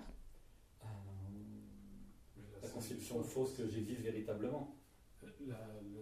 Le moi qui existe. Véritablement. La notion du jeu véritable, la notion de la personne existant véritablement, le jeu de la personne existant véritablement. Et non, la notion de je, moi-même, Cathy, dans mon continuum, j'existe véritablement. C'est dans mon propre continuum, c'est ça. Exactement. La vue de la collection transitoire, c'est le jeu dans mon propre continuum. Je ne m'intéresse pas au jeu des autres, le jeu de la personne en général, mais le jeu dans mon propre continuum. À partir de là, on a 3 possibilités. Ouais. Alors que la saisie du soi, ça peut être la saisie du soi dans le continuum d'une autre personne. Voilà. Alors que ici, la En général. vue, c'est une saisie du soi de la personne, celle-là, mais de cette personne, de moi-même, De moi-même. pas de l'autre personne. Ouais. Donc c'est une instance, c'est un élément de la saisie du soi de la personne. Maintenant, il y a une vue de collection transitoire du mien qui n'est pas une saisie du jeu de la personne, c'est une saisie du jeu des agrégats éventuellement. Ou pas. Parce que c'est l'aspect du mien, mais le mien, c'est pas le jeu. Donc on pourrait dire 4 possibilités, encore, mais je ne suis pas sûre, ça peut être débattu. Ils vont dire le mien, c'est par rapport au jeu de toute façon. Oui, c'est ça. Parce qu'il n'y avait pas le jeu, il n'y aurait pas le mien non plus. Donc. Ouais. Mais le mien se réfère aux agrégats, pas à la personne qui est imputée sur les agrégats. Dans ce sens-là, c'est une 4e possibilité. Donc c'est relatif un petit peu, oui. Mais en tout cas, principalement, l'idée de la vue de la collection transitoire, c'est une saisie du jeu de la personne qui s'adresse à moi-même. Parce que c'est notre problème, c'est pas la saisie du jeu intrinsèque de Séverine, par exemple. Mon problème, c'est moi, mon intrinsicité, à moi-même. C'est pour ça qu'on dit que c'est la base de tous les problèmes, c'est parce que je suis la base de tous les problèmes, modestement. Et quand on dit un mien réel, est-ce que, par exemple, si je dis ma chaise, ça fait partie de... Mais ça touche plus les agrégats, parce que les agrégats sont la base la base d'identification du jeu. Ouais. C'est le mien, mes agrégats. Ouais. Qui sont la base d'imputation, la base d'identification du jeu. Pourquoi ils n'ont pas rajouté dans la définition dans son propre continuum? Oui. Parce que là, c'est pas Ils devraient. Ouais. Ça manque. On va se plaindre. Ouais. Ça, c'était qui? C'était à Sangha, du coup, qui avait dit ça? On va se plaindre à Sangha. Il y a peut-être une raison. Hein. Parce que pour eux, c'était logique. Ouais. Ou pas. C'est peut-être le polycope.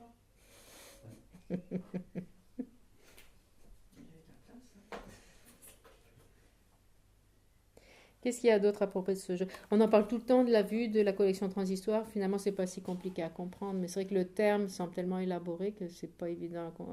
Au début, c'est impressionnant, mais c'est juste la notion du jeu personnel, du jeu de soi-même dans son propre continuum, c'est tout. Et donc, ces agrégats d'appropriation, on a vu ce que c'est. Contaminés par cette vue, contaminés par l'ignorance. Oui, ce sont des agrégats contaminés dans ce sens-là et par les perturbations. Et donc, oui, c'est inscrit ici, j'avais un petit doute, la vue de la collection transitoire peut être innée ou acquise, tout comme l'ignorance. Les deux. Ouais, peut être innée, je veux dire qu'on est avec, naturellement, sans avoir élaboré, ou elles peuvent être élaborées également par des raisonnements incorrects, etc. Donc les deux, celle-là et l'ignorance. Et donc, quand on parle du mien, on parle des agrégats de ce jeu, mes agrégats à moi. C'est tout. Ça se limite à ça. Après, qu'est-ce qu'on a d'autre dessus? Intelligence affective. Ouais. Après, on peut la diviser. On peut rentrer dans la théorie du Madhyamika, la façon de le percevoir, mais on va éviter tout ça pour aujourd'hui. Ah, cette vue des collections transitoires ne peut être associée à une conscience sensorielle. Donc, c'est un facteur mental qui sera associé seulement à une conscience mentale. D'accord? Pas sensorielle. Elle ne peut pas être associée non plus avec la qualité de la compassion. Est indiqué ici. Ça ne peut pas être associé avec la Ouais. qualité. On peut avoir deux consciences différentes, Ouais. une qui aura la notion de et l'autre qui aura la compassion, mais la conscience de la compassion présente simultanément avec la notion de ce sont deux consciences différentes. Ouais. Toutes les deux auront au moins les 5 facteurs mentaux omniprésents, et elles auront d'autres facteurs éventuellement, mais elles ne sont pas combinées. La conscience principale qu'il y a un facteur mental de la compassion, qui est la non-aversion, ou non, le non... Vous avez identifié que c'est l'absence de Malveillance, l'esprit oui. compatissant. Elle ne sera pas associée directement avec la vue de la collection transitoire. C'est intéressant, c'est Geshe Gelsen qui l'a mentionné, donc ça sort d'un texte. Après, ça serait élaboré, pourquoi pas. J'ai du mal à comprendre pourquoi. Enfin, mais, bon, il y a seulement le... Elle est orientée vers autrui, donc est-ce qu'il n'y a pas cette notion du jeu intrinsèque en étant orientée vers autrui? Elle aurait l'ignorance de base quand même, je ne sais pas. Parce que vu qu'on a mis la saisie innée dedans... Ouais. Et parce qu'il est dit, donc cette vue ne peut pas être associée ni aux consciences sensorielles ni à la compassion. Par contre, dans le continuum de la personne, il peut y avoir simultanément ces deux consciences. Et après, il dit, elle est toujours présente ou active ou dormante, simultanée avec d'autres consciences. Donc ça contredit un petit peu l'aspect. La vue de la collection transitoire, Ouais. elle est toujours présente, Ouais. active ou dormante Oui. Présente, ça veut dire qu'elle est simultanée à d'autres consciences. Dans ce cas-là, ça serait aussi pour la compassion. Donc, je ne sais pas s'il y avait une erreur de traduction, peut-être à ce moment-là. Je sais pas. Parce que ça arrive, les erreurs de traduction, ben oui, aussi. Donc on n'est jamais séparé de la vue de la collection transitoire. Non, mais elle peut être dormante. C'est rassurant. Je vais dormir. Un exemple parfait. L'exemple qui a été donné par Geshe-la. Avant de méditer, il y a motivation. Je vais méditer. Et dès qu'on pense je, on pense à un je, oui, qui existe véritablement sur la base de ces agrégats. Donc, dès qu'on pense je, et on pense je tout le temps, il y a cette vue de la collection transitoire. Donc, je vais méditer, qui est une bonne idée, il y a quand même cette vue de la transitoire. Donc, à ce moment-là, au début, quand on dit je, elle va être active, et il est dit, durant la méditation, quand on focus sur un objet, elle est dormante. Donc, ce serait un peu ça comme avec la compassion, peut-être. Oui. Donc c'est essentiel, la vue, c'est l'ignorance de base, la notion du jeu, ouais, de base en relation avec les agrégats. Et après, on a les autres visions, elles sont moins importantes, ou relativement. Vue soutenant un extrême, ça peut être un extrême de la permanence et l'extrême du néant. Donc elle est basée sur la vue de la collection transitoire, donc il y a cette notion du jeu, ouais. Et à partir de là, où percevoir que le jeu est permanent. Qu'est-ce que ça veut dire, permanent? Qui ne change pas, qu'il est éternel sans changer. Ou qu'il est réduit à néant. C'est pour ceux qui ne croient pas en la réincarnation, qui étaient les nihilistes, l'école nihiliste philosophique, mais en fait qui est nous, en Occident, notre culture, et tombe dans cette vue extrême de réduit au néant. Maintenant, le terme vue soutenant un extrême, les extrêmes, c'est toujours par rapport au milieu. Ouais, on a un milieu, deux extrêmes.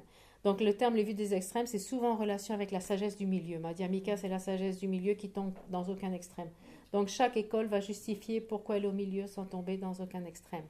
Et dans ces cas-là, les deux extrêmes, ce sont deux extrémités d'affirmation ou de négation. Oui. Dans le terme de la vue, c'est pas le fait que le jeu soit permanent ou qu'il finisse après cette vie, c'est en termes des phénomènes ou du jeu qui existent intrinsèquement ou véritablement, ou qui n'existent pas du tout même conventionnellement. C'est ces deux extrêmes qui sont évités. D'accord?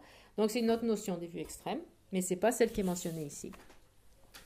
Après, les deux suivantes, on peut les passer. Conception d'une vue fausse comme suprême, donc c'est s'attacher à une vue fausse, ouais. Et considérer que cette vue, c'est une vue suprême. penser qu'il y a le jeu qui est permanent, indépendant, unitaire et que cette vue est suprême. Et la suivante, c'est la même chose, mais par rapport à l'éthique et les observances comme suprêmes. Là, il parlait principalement aux pratiquants des différentes traditions hindouistes qui ont des traditions particulières. Se sauter 5 fois dans le feu ou dans les 5 feux, sauter dans les 5 feux pour se purifier, mettre sur une jambe, sur un trident, etc., pour se purifier, et tous ces genres d'ascétisme qui pensent qu'ils mènent à la libération. Pour eux, ils mènent à la libération. Sacrifier les animaux, oui, encore pire. Donc pour eux, c'est la méthode de libération, et ils considèrent ces pratiques comme étant suprêmes. Donc c'était dans ce cadre-là surtout. Donc ça, c'est facile. Et les vues fausses, c'est une importante aussi. Parce que, quelle est la définition des vues fausses? Une intelligence affective qui nie, affirmant les vies passées et futures, les actes et leurs effets, et ainsi de suite, n'existe pas. En général, une vue fausse peut être de deux aspects. Ou nier quelque chose qui existe, ou affirmer quelque chose qui n'existe pas. Ouais.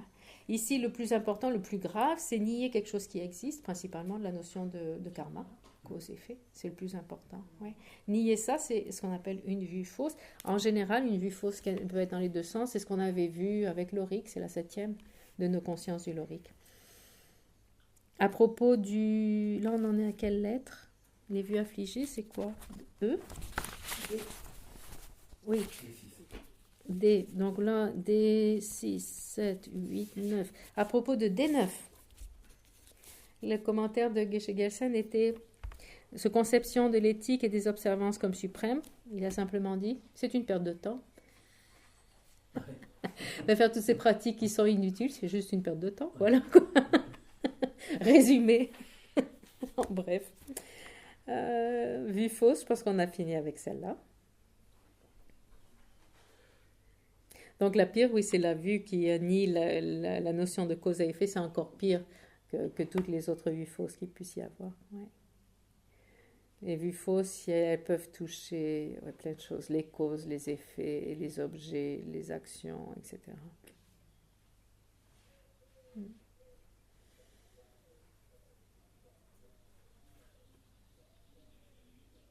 Maintenant, quand on parle de vues qui superimposent une qualité, les vues qui nient une qualité, donc l'extrême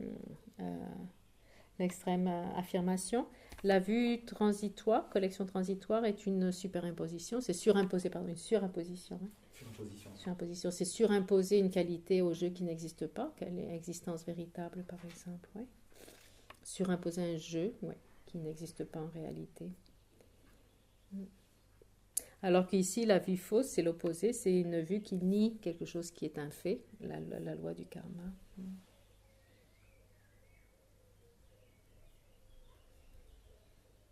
Et là, il est dit des 6 perturbations. Là, on conclut avec les 6 perturbations. Seule l'ignorance innée peut être associée avec d'autres perturbations comme l'aversion et l'attachement. Ignorance innée inclut la vue de la collection transitoire innée. D'après ce qui est dit ici, seulement les deux aspects innés, donc de l'ignorance et de la vue transitoire, peut être associés, donc avoir présent à l'esprit, dans le même esprit, être associé avec l'autre mental facteur d'une perturbation comme l'aversion et l'attachement. Donc c'est les seuls où on peut combiner ces deux genres de perturbations. C'est logique parce qu'on a toujours la saisie du soi. Inné de toute façon, oui. Et quand on élabore... On n'est jamais libre. Oui.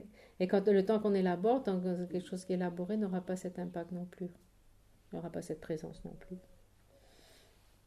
Par exemple, il est dit l'aversion et l'orgueil ne peuvent être associés dans un même esprit, dans une même conscience. Conscience principale, elle ne peut pas avoir ces deux, l'orgueil et l'aversion en même temps. D'accord ? Il peut y avoir deux consciences, ça sera deux consciences différentes. Ça sera deux consciences différentes. Et il y en a une qui sera plus puissante que l'autre. Mais dans la même conscience principale, tu ne peux pas avoir les deux dans cette même conscience. Ouais. Alors tu peux avoir l'ignorance innée et l'aversion, par exemple, ou l'orgueil. Ouais. Et par contre, pour les autres afflictions, elles peuvent être présentes simultanément. Parce que là, tu dis qu'a priori, l'orgueil et l'aversion ne peuvent pas être... Non, c'est un exemple. Où, dans le sens où il disait, seule l'ignorance innée, et la vue des collections innées, peut être associée aux autres perturbations dans la même conscience. Donc, la question, c'était, est-ce que les autres perturbations peuvent se mélanger? Voilà, ou pas. Pas dans la même conscience, apparemment, d'après ce qu'il est dit ici. Maintenant, c'est relatif. Tu peux avoir... C'est difficile de dissocier. Est-ce que ces différentes perturbations sont dans la même conscience ou c'est deux consciences qui sont présentes en même temps? C'est la plupart du temps, ça sera probablement dans deux consciences qui sont simultanées ou l'une. Dans ce cas-là, l'une est plus puissante que l'autre à un moment donné, non? Probablement. C'est une énigme. Et puis voilà. Alors, il ne nous reste plus que les 20 perturbations secondaires. Alors, j'ai un plan pour vous. On va manger les tartelettes. Après? Si tu as bien travaillé. Alors, vous mettez en deux groupes, comme vous voulez. Séverine, tu te partages en deux, comme ça vous avez deux ennemis. Ouais. Et vous voyez pour chacune des 20 perturbations secondaires si elles sont en rapport avec quelle perturbation racine, si c'est plutôt avec l'attachement, avec l'aversion ou avec l'ignorance. Pour chacune des 20. Vous mettez entre vous, vous mettez d'accord. Et puis après, on verra le résultat.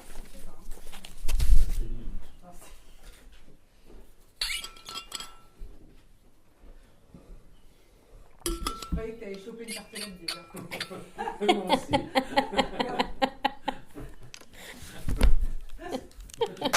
On t'a pas vu. T'as pas vu, c'est bon. Petit pas. Pourquoi tu parles? C'est une vue erronée. On va quand même, non? Tu permets ou pas? Donc c'est pour ça.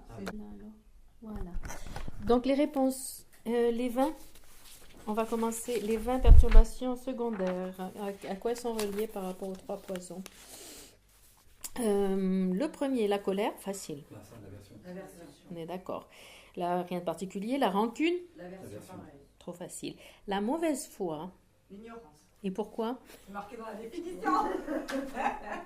Qu'est-ce qu'on avait dit, Marc, nous, la mauvaise foi? Nous, on avait dit ignorance. Oui. Regardez la définition, une cognition qui souhaite dissimuler les fautes sous le pouvoir de l'ignorance, etc. Elle relève de l'ignorance de toute façon. La suivante, la méchanceté, c'est trop facile. On est bien d'accord. La jalousie. Désir attachement, non, pourtant c'est marrant. Non. C'est marqué à la fin. L'aversion. Profond dérangement de l'esprit, ne peut tolérer les... Oui. Ouais, parce que c'était... Ne peut tolérer les bonnes qualités d'autrui. Les autres. D'autre côté, ils disent en raison d'un attachement excessif aux biens et aux honneurs. Donc il y a quand même une notion d'attachement. Oui, il y a les deux. Mais elle est classifiée dans l'aversion. Mais oui, je trouve que c'est avec attachement. Non? S'il n'y avait pas un... Après, le principal, D'après la c'est définition. l'aversion. Oui. C'est ça. Parce qu'il y en a, Des c'est deux, un peu oui. des mix des deux, des fois, ou même Ouais. des trois. Ouais. Après, il y en a qui sont officiellement des 2 ou des 3. Ça, je ne vous l'avais pas dit. Hein. Mais c'est marqué dans les définitions. C'est marqué. Dans toutes? Non, certaines. Bon. L'avarice. Désir attachement. Attachement. Trop facile. Même sans lire la définition, on peut le deviner. La duperie et la dissimulation. Elles vont ensemble. Gu, yogu en tibétain. Les deux vont ensemble. On avait, je crois qu'on avait dit. On avait dit attachement, ouais. Non, Attachement. on a dit l'attachement. Et c'est écrit attachement et ignorance. Mais Ouais. on s'est dit que c'était plutôt l'attachement. Oui, parce que- qui oui. déclenché. Qu'est-ce que tu prends comme élément décisif pour dire... La tendance, il y en a qui ont une Tout tendance l'ignorance, c'est facile. Oui, de toute façon, l'ignorance, c'est partout. Mais la prédominance. C'est vrai. Ouais. Mais là, il y en a deux mentionnés, c'est l'attachement et l'ignorance, les deux en même temps. Donc, c'est ces deux aspects qui désirent prétendre avoir des qualités et cacher ses propres fautes. Ouais. Du coup, c'est simultané. Ou la duperie ou la dissimulation. Ou c'est la prétention, ou c'est le désir de cacher ses fautes. Non, mais Ouais. ce que je veux dire, ça relève de l'attachement et de l'ignorance. Oui. Les deux. Oui, Il n'y en a pas un qui prédomine. apparemment non.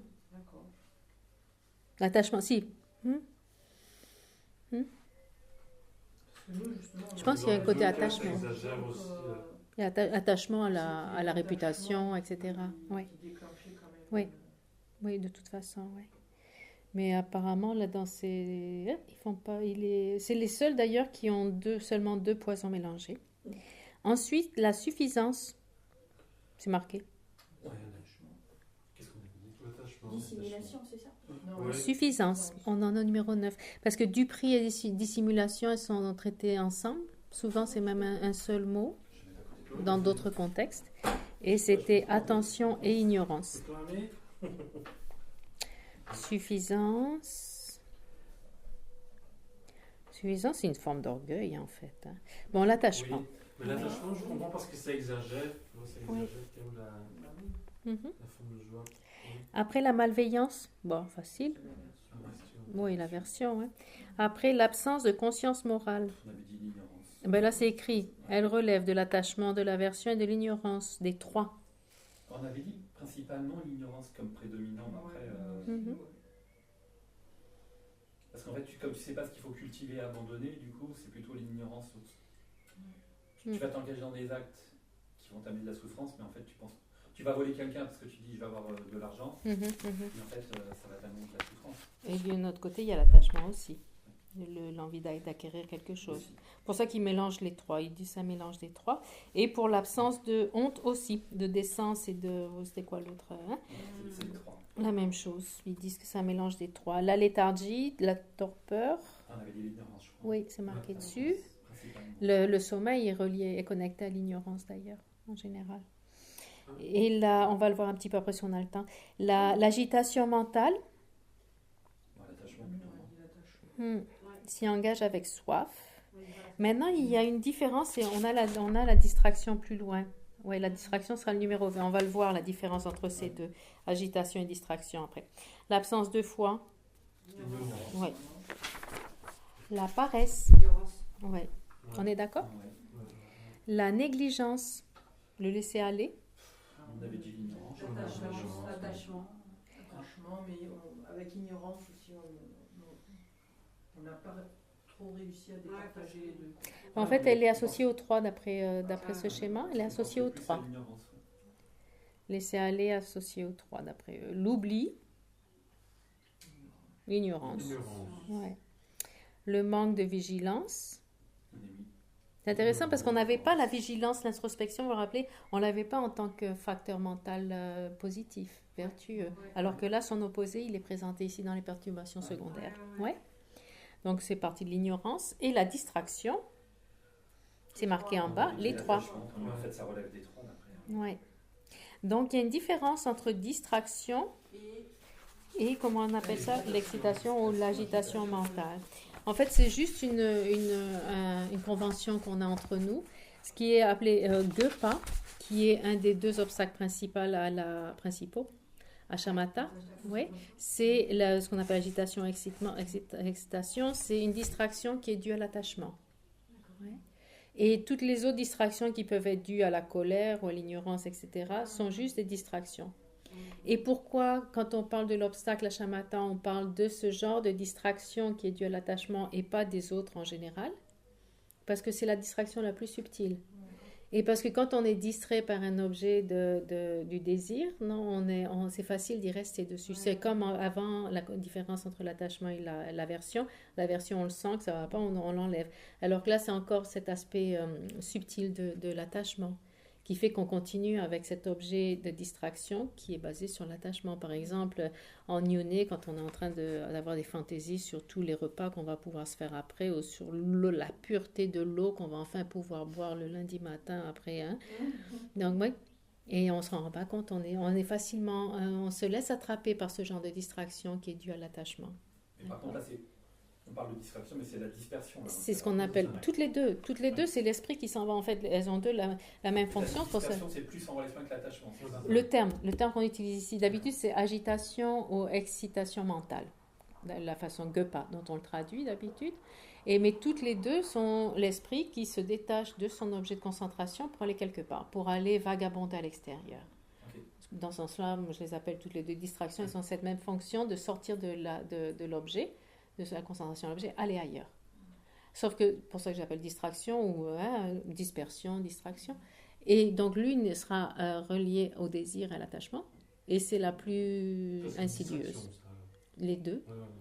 C'est la même fonction de distraire l'esprit de son objet, sauf que comme l'objet vers lequel se dirige l'intention, la conscience, est un objet d'attachement, dans ce cas-là, ça s'appelle excitation ou agitation mentale, GEPA. Parce qu'elle est facile à se laisser attraper, à continuer. C'est la plus vicieuse des deux sortes de distractions qu'on peut avoir. Ouais. Et c'est pour ça que c'est un des deux obstacles à shamatha, ce qu'on appelle l'agitation mentale, donc cette distraction due à l'attachement, et l'autre étant la torpeur, léthargie, etc. Ouais. Donc c'est pour ça qu'elles sont dissociées ici, mais elles ont une fonction, en fait, quand on y pense, c'est la même chose. Elles sortent de l'objet pour aller vagabonder ailleurs. Wandering. Donc ils disent la distraction, les trois dans le sens que la distraction en général peut venir ou de l'attachement ou de l'aversion ou de l'ignorance, mais celle qui vient de l'attachement, c'est celle qu'on appelle en fait agitation. Dans ce cas-là, il devrait y en avoir que deux. Et voilà, on a fini. Et après, on a tout compris. Par contre, il nous reste le sommeil. Là, je vais quand même vous lire un truc qui est fascinant sur le sommeil.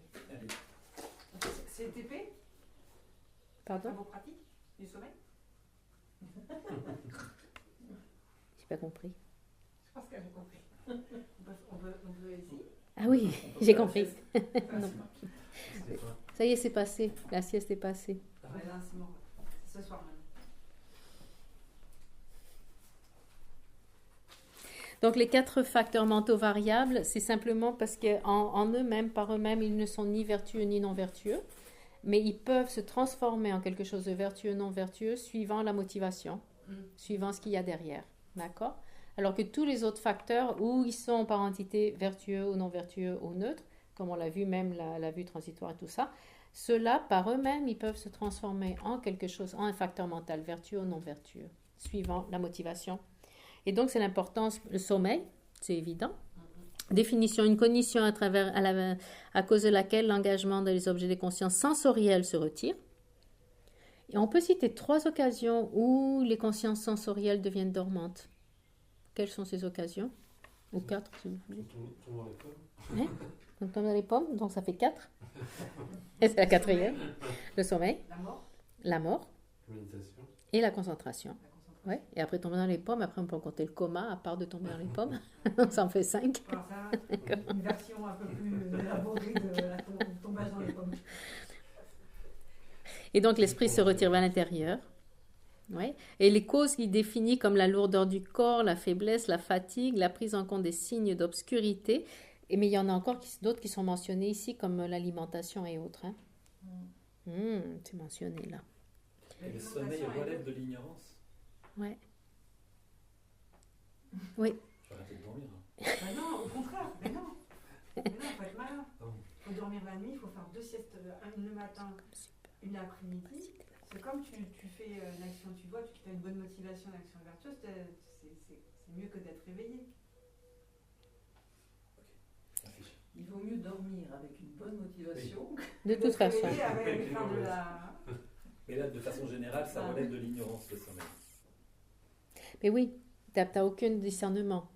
Dans le sommeil, il n'y a pas de discernement, donc il n'y a pas de sagesse. Donc ça tombe dans l'ignorance. Ouais. Et après, oui, le fait que... Donc c'est pour ça qu'il est important d'avoir la motivation adéquate, parce que ça rend le sommeil vertueux. Donc tu peux dormir 10 heures vertueuses au lieu de faire des bêtises quand tu te réveilles. Éventuellement. Mais ce n'est pas une solution non plus, en fait. Non, c'est pas... En tout cas, ce n'est pas une option dans les Écritures. Ah mince.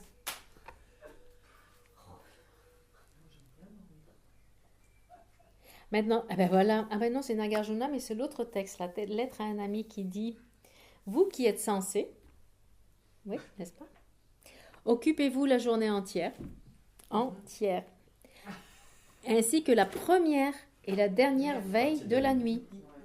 Dormez entre-temps, tout en demeurant attentif, pour que le sommeil lui-même ne reste pas sans fruit. » Donc il faut diviser la nuit en 4. Et entre ces 4, dormir juste les 2 du milieu. Et voilà, c'est pour ça que les moines, ils s'entraînent depuis tout petit dans les monastères à dormir 5-6 heures. Donc pour des bébés, ça fait la peine quand on voit les petits moines qui s'endorment dans les poujas le matin et le soir. Ils sont là, ils tombent, et puis il y a le gekke qui passe avec sa main là, et bing, bing. Ou ils font des bêtises pour ne pas s'endormir, comme voilà. Et... Mais ils sont tellement entraînés qu'arrivés à l'adolescence, etc., ils sont habitués à dormir 5-6 heures et toute leur vie, ils peuvent fonctionner à dormir 5-6 heures. Même en vieillissant. Non, je dis ça parce que... Non, après, avec l'âge, quand même. Moi, je dormais 4-5 heures, Wow. 5 heures, pardon, jusqu'à l'âge de 25-30 ans à peu près. Wow. Mais après, Ouais, nous on a fait les nuits blanches aussi, si tu vas par là. Non, mais c'était mon rythme de dormir. Bravo.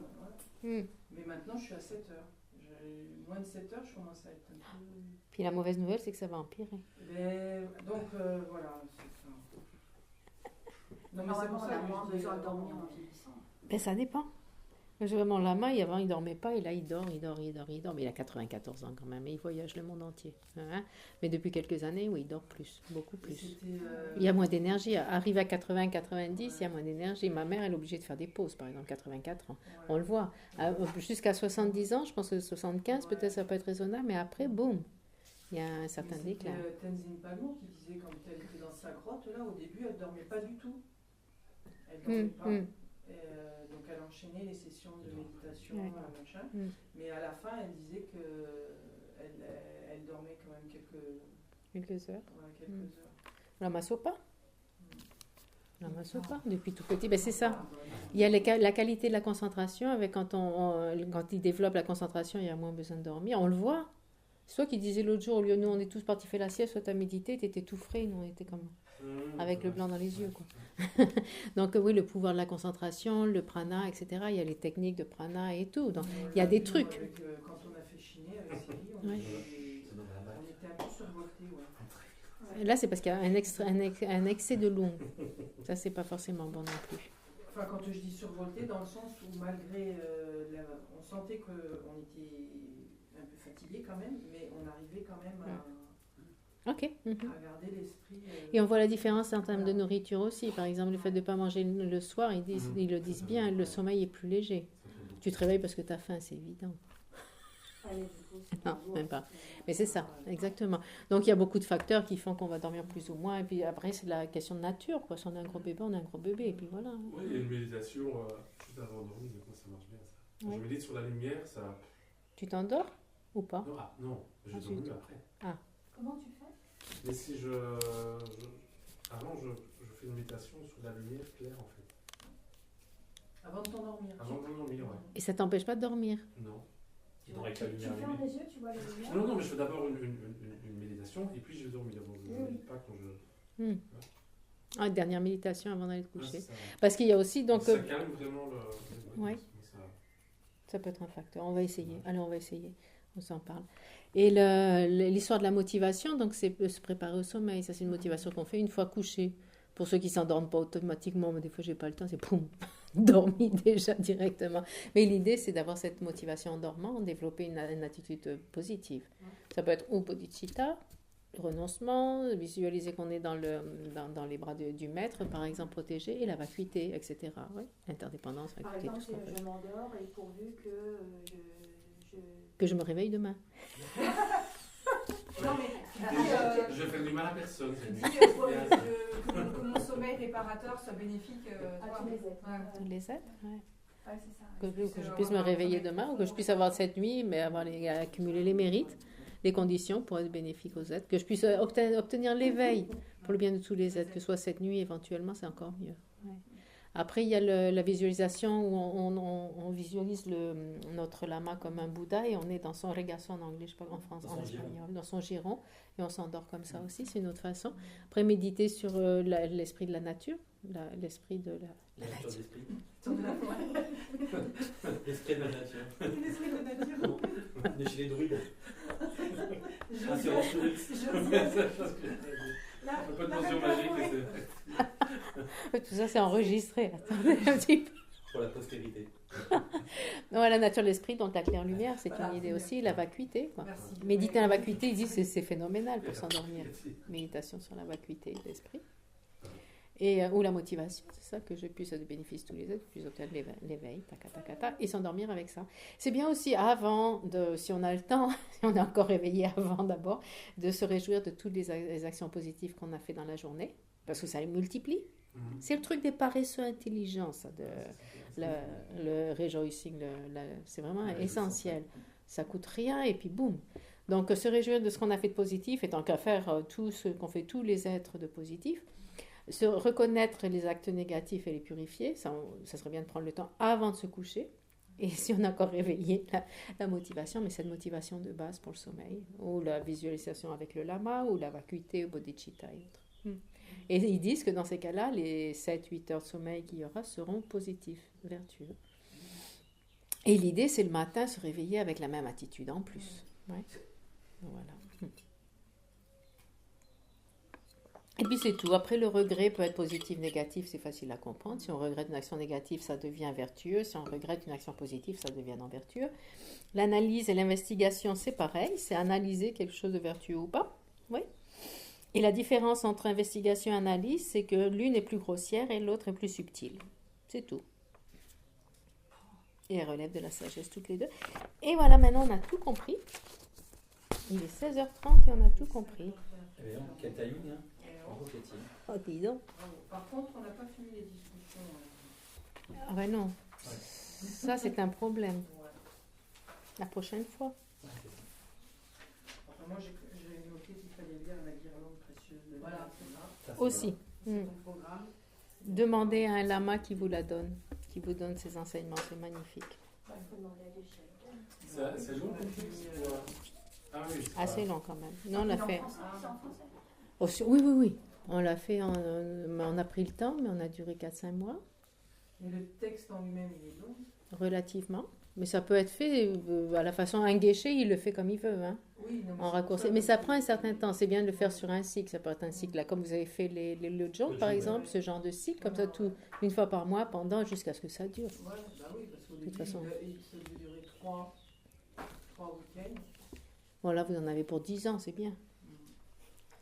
Bon, on va lui soumettre. Bon, et on va finir par deux citations en concluant, parce que à quoi ça sert de connaître ces 51 facteurs? C'est pas juste pour rire pendant le week-end et se défouler, c'est quand même pour comprendre notre esprit et les appliquer. Donc, Lama Tsongkhapa le dit dans l'Amrim Chenmo. Ayant reconnu les perturbations, méditez leurs désagréments et les bienfaits d'en être séparés, implantez les espions de l'attention et l'introspection. Dès qu'une perturbation vient à germer, écrasez-la encore et encore, dès le bourgeon. Oui? Perturbation vient à germer, écrasez-la encore et encore, dès le bourgeon. Qui plus est, vous devez, dès qu'une perturbation se réveille dans votre continuum, la considérer comme un ennemi et la combattre. Sans quoi, si elle venait à éclore, et que loin de vous y opposer, vous la nourrissez par une attention incorrecte, vous y succomberiez sans aucun pouvoir de résistance. Ouais. Les arrêter dès le début. Une fois qu'elles sont implantées, c'est super dur de l'arrêter, on le sait. Mais c'est justement la différence entre l'attachement et l'aversion, parce que l'aversion, Oui. on la voit, c'est grossier, alors que l'attachement, C'est plus, c'est des plus fois, subtil. quand on s'en rend compte, Ouais. c'est déjà un peu bien implanté. Quoi. Puis c'est rare qu'on n'ait pas de désir attachement. Enfin. De toute Ah façon, oui. on a à la base l'attachement au jeu, donc à partir de là, tout s'enchaîne. Poum, poum, poum. Et de là-bas aussi l'intérêt de connaître ces facteurs mentaux omniprésents déjà, parce que déjà depuis le début, depuis le premier contact avec l'objet, s'il y a contact avec l'objet, boum, pouvoir l'identifier, même avant qu'arrive la perturbation, c'est encore mieux, quoi. Mais ça demande une attention constante, se familiariser avec cette attention constante. Ouais. Et puis conclusion, Gompawa qui dit « Qu'y a-t-il d'autre à faire que de surveiller son esprit nuit et jour ?» Et voilà. On va faire les dédicaces. Oui, ça c'est bien dit. Ouais. C'est quelle page? Ah oui, non, c'est l'autre page 16 sur le livret. Merci bien, Cathy.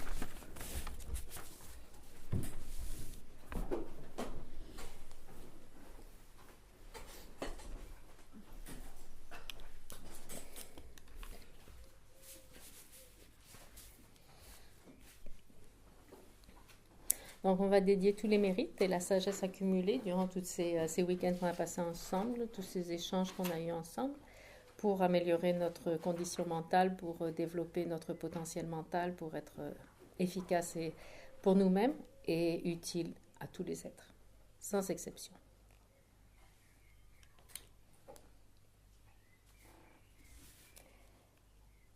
En tibétain?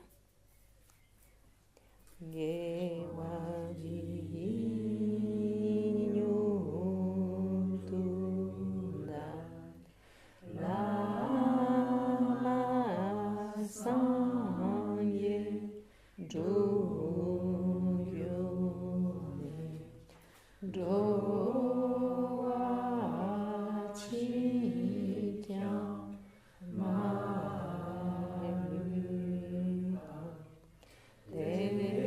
Devi Sala Gebasho. Que tous ceux qui sont malades recouvrent rapidement la santé, que toutes les maladies de ce monde disparaissent à jamais, que dans aucune contrée de par ce vaste monde n'advienne épidémie, famine ou conflit, que les êtres vivent dans la vertu et le bonheur grâce à la richesse du Dharma, et que croissent l'abondance, la prospérité et l'excellence. Chanchu Sencho Rinpoche Ma Kye Panan Kye Gyoche Kye Panya Pame Paya Kone Kondu Perwacho. Puisse la précieuse vue de la vacuité naître là où elle n'est pas née, ne pas dégénérer là où elle est déjà née, mais s'accroître de plus en plus. Puissent tous les êtres, mes mères, pères, et tous les états d'existence inférieure être vides à jamais. Où qu'il y ait des bodhisattvas, puissent toutes les prières se réaliser immédiatement. Et laquelle 18 Hein Oui. Sauveur des enseignements du pays des neiges, des êtres transmigrants, qui rend extrêmement claire la voie de l'unification de la vacuité et des compassions, à celui qui tient le lotus, Seigneur Tenzin Gyatso, je fais cette requête, puissent tous vos souhaits sacrés s'accomplir spontanément. Et la dernière, alors, page 19 Alors juste, Michel, il nous a fait changer l'osang par Sangye. Où ça Sur la troisième strophe.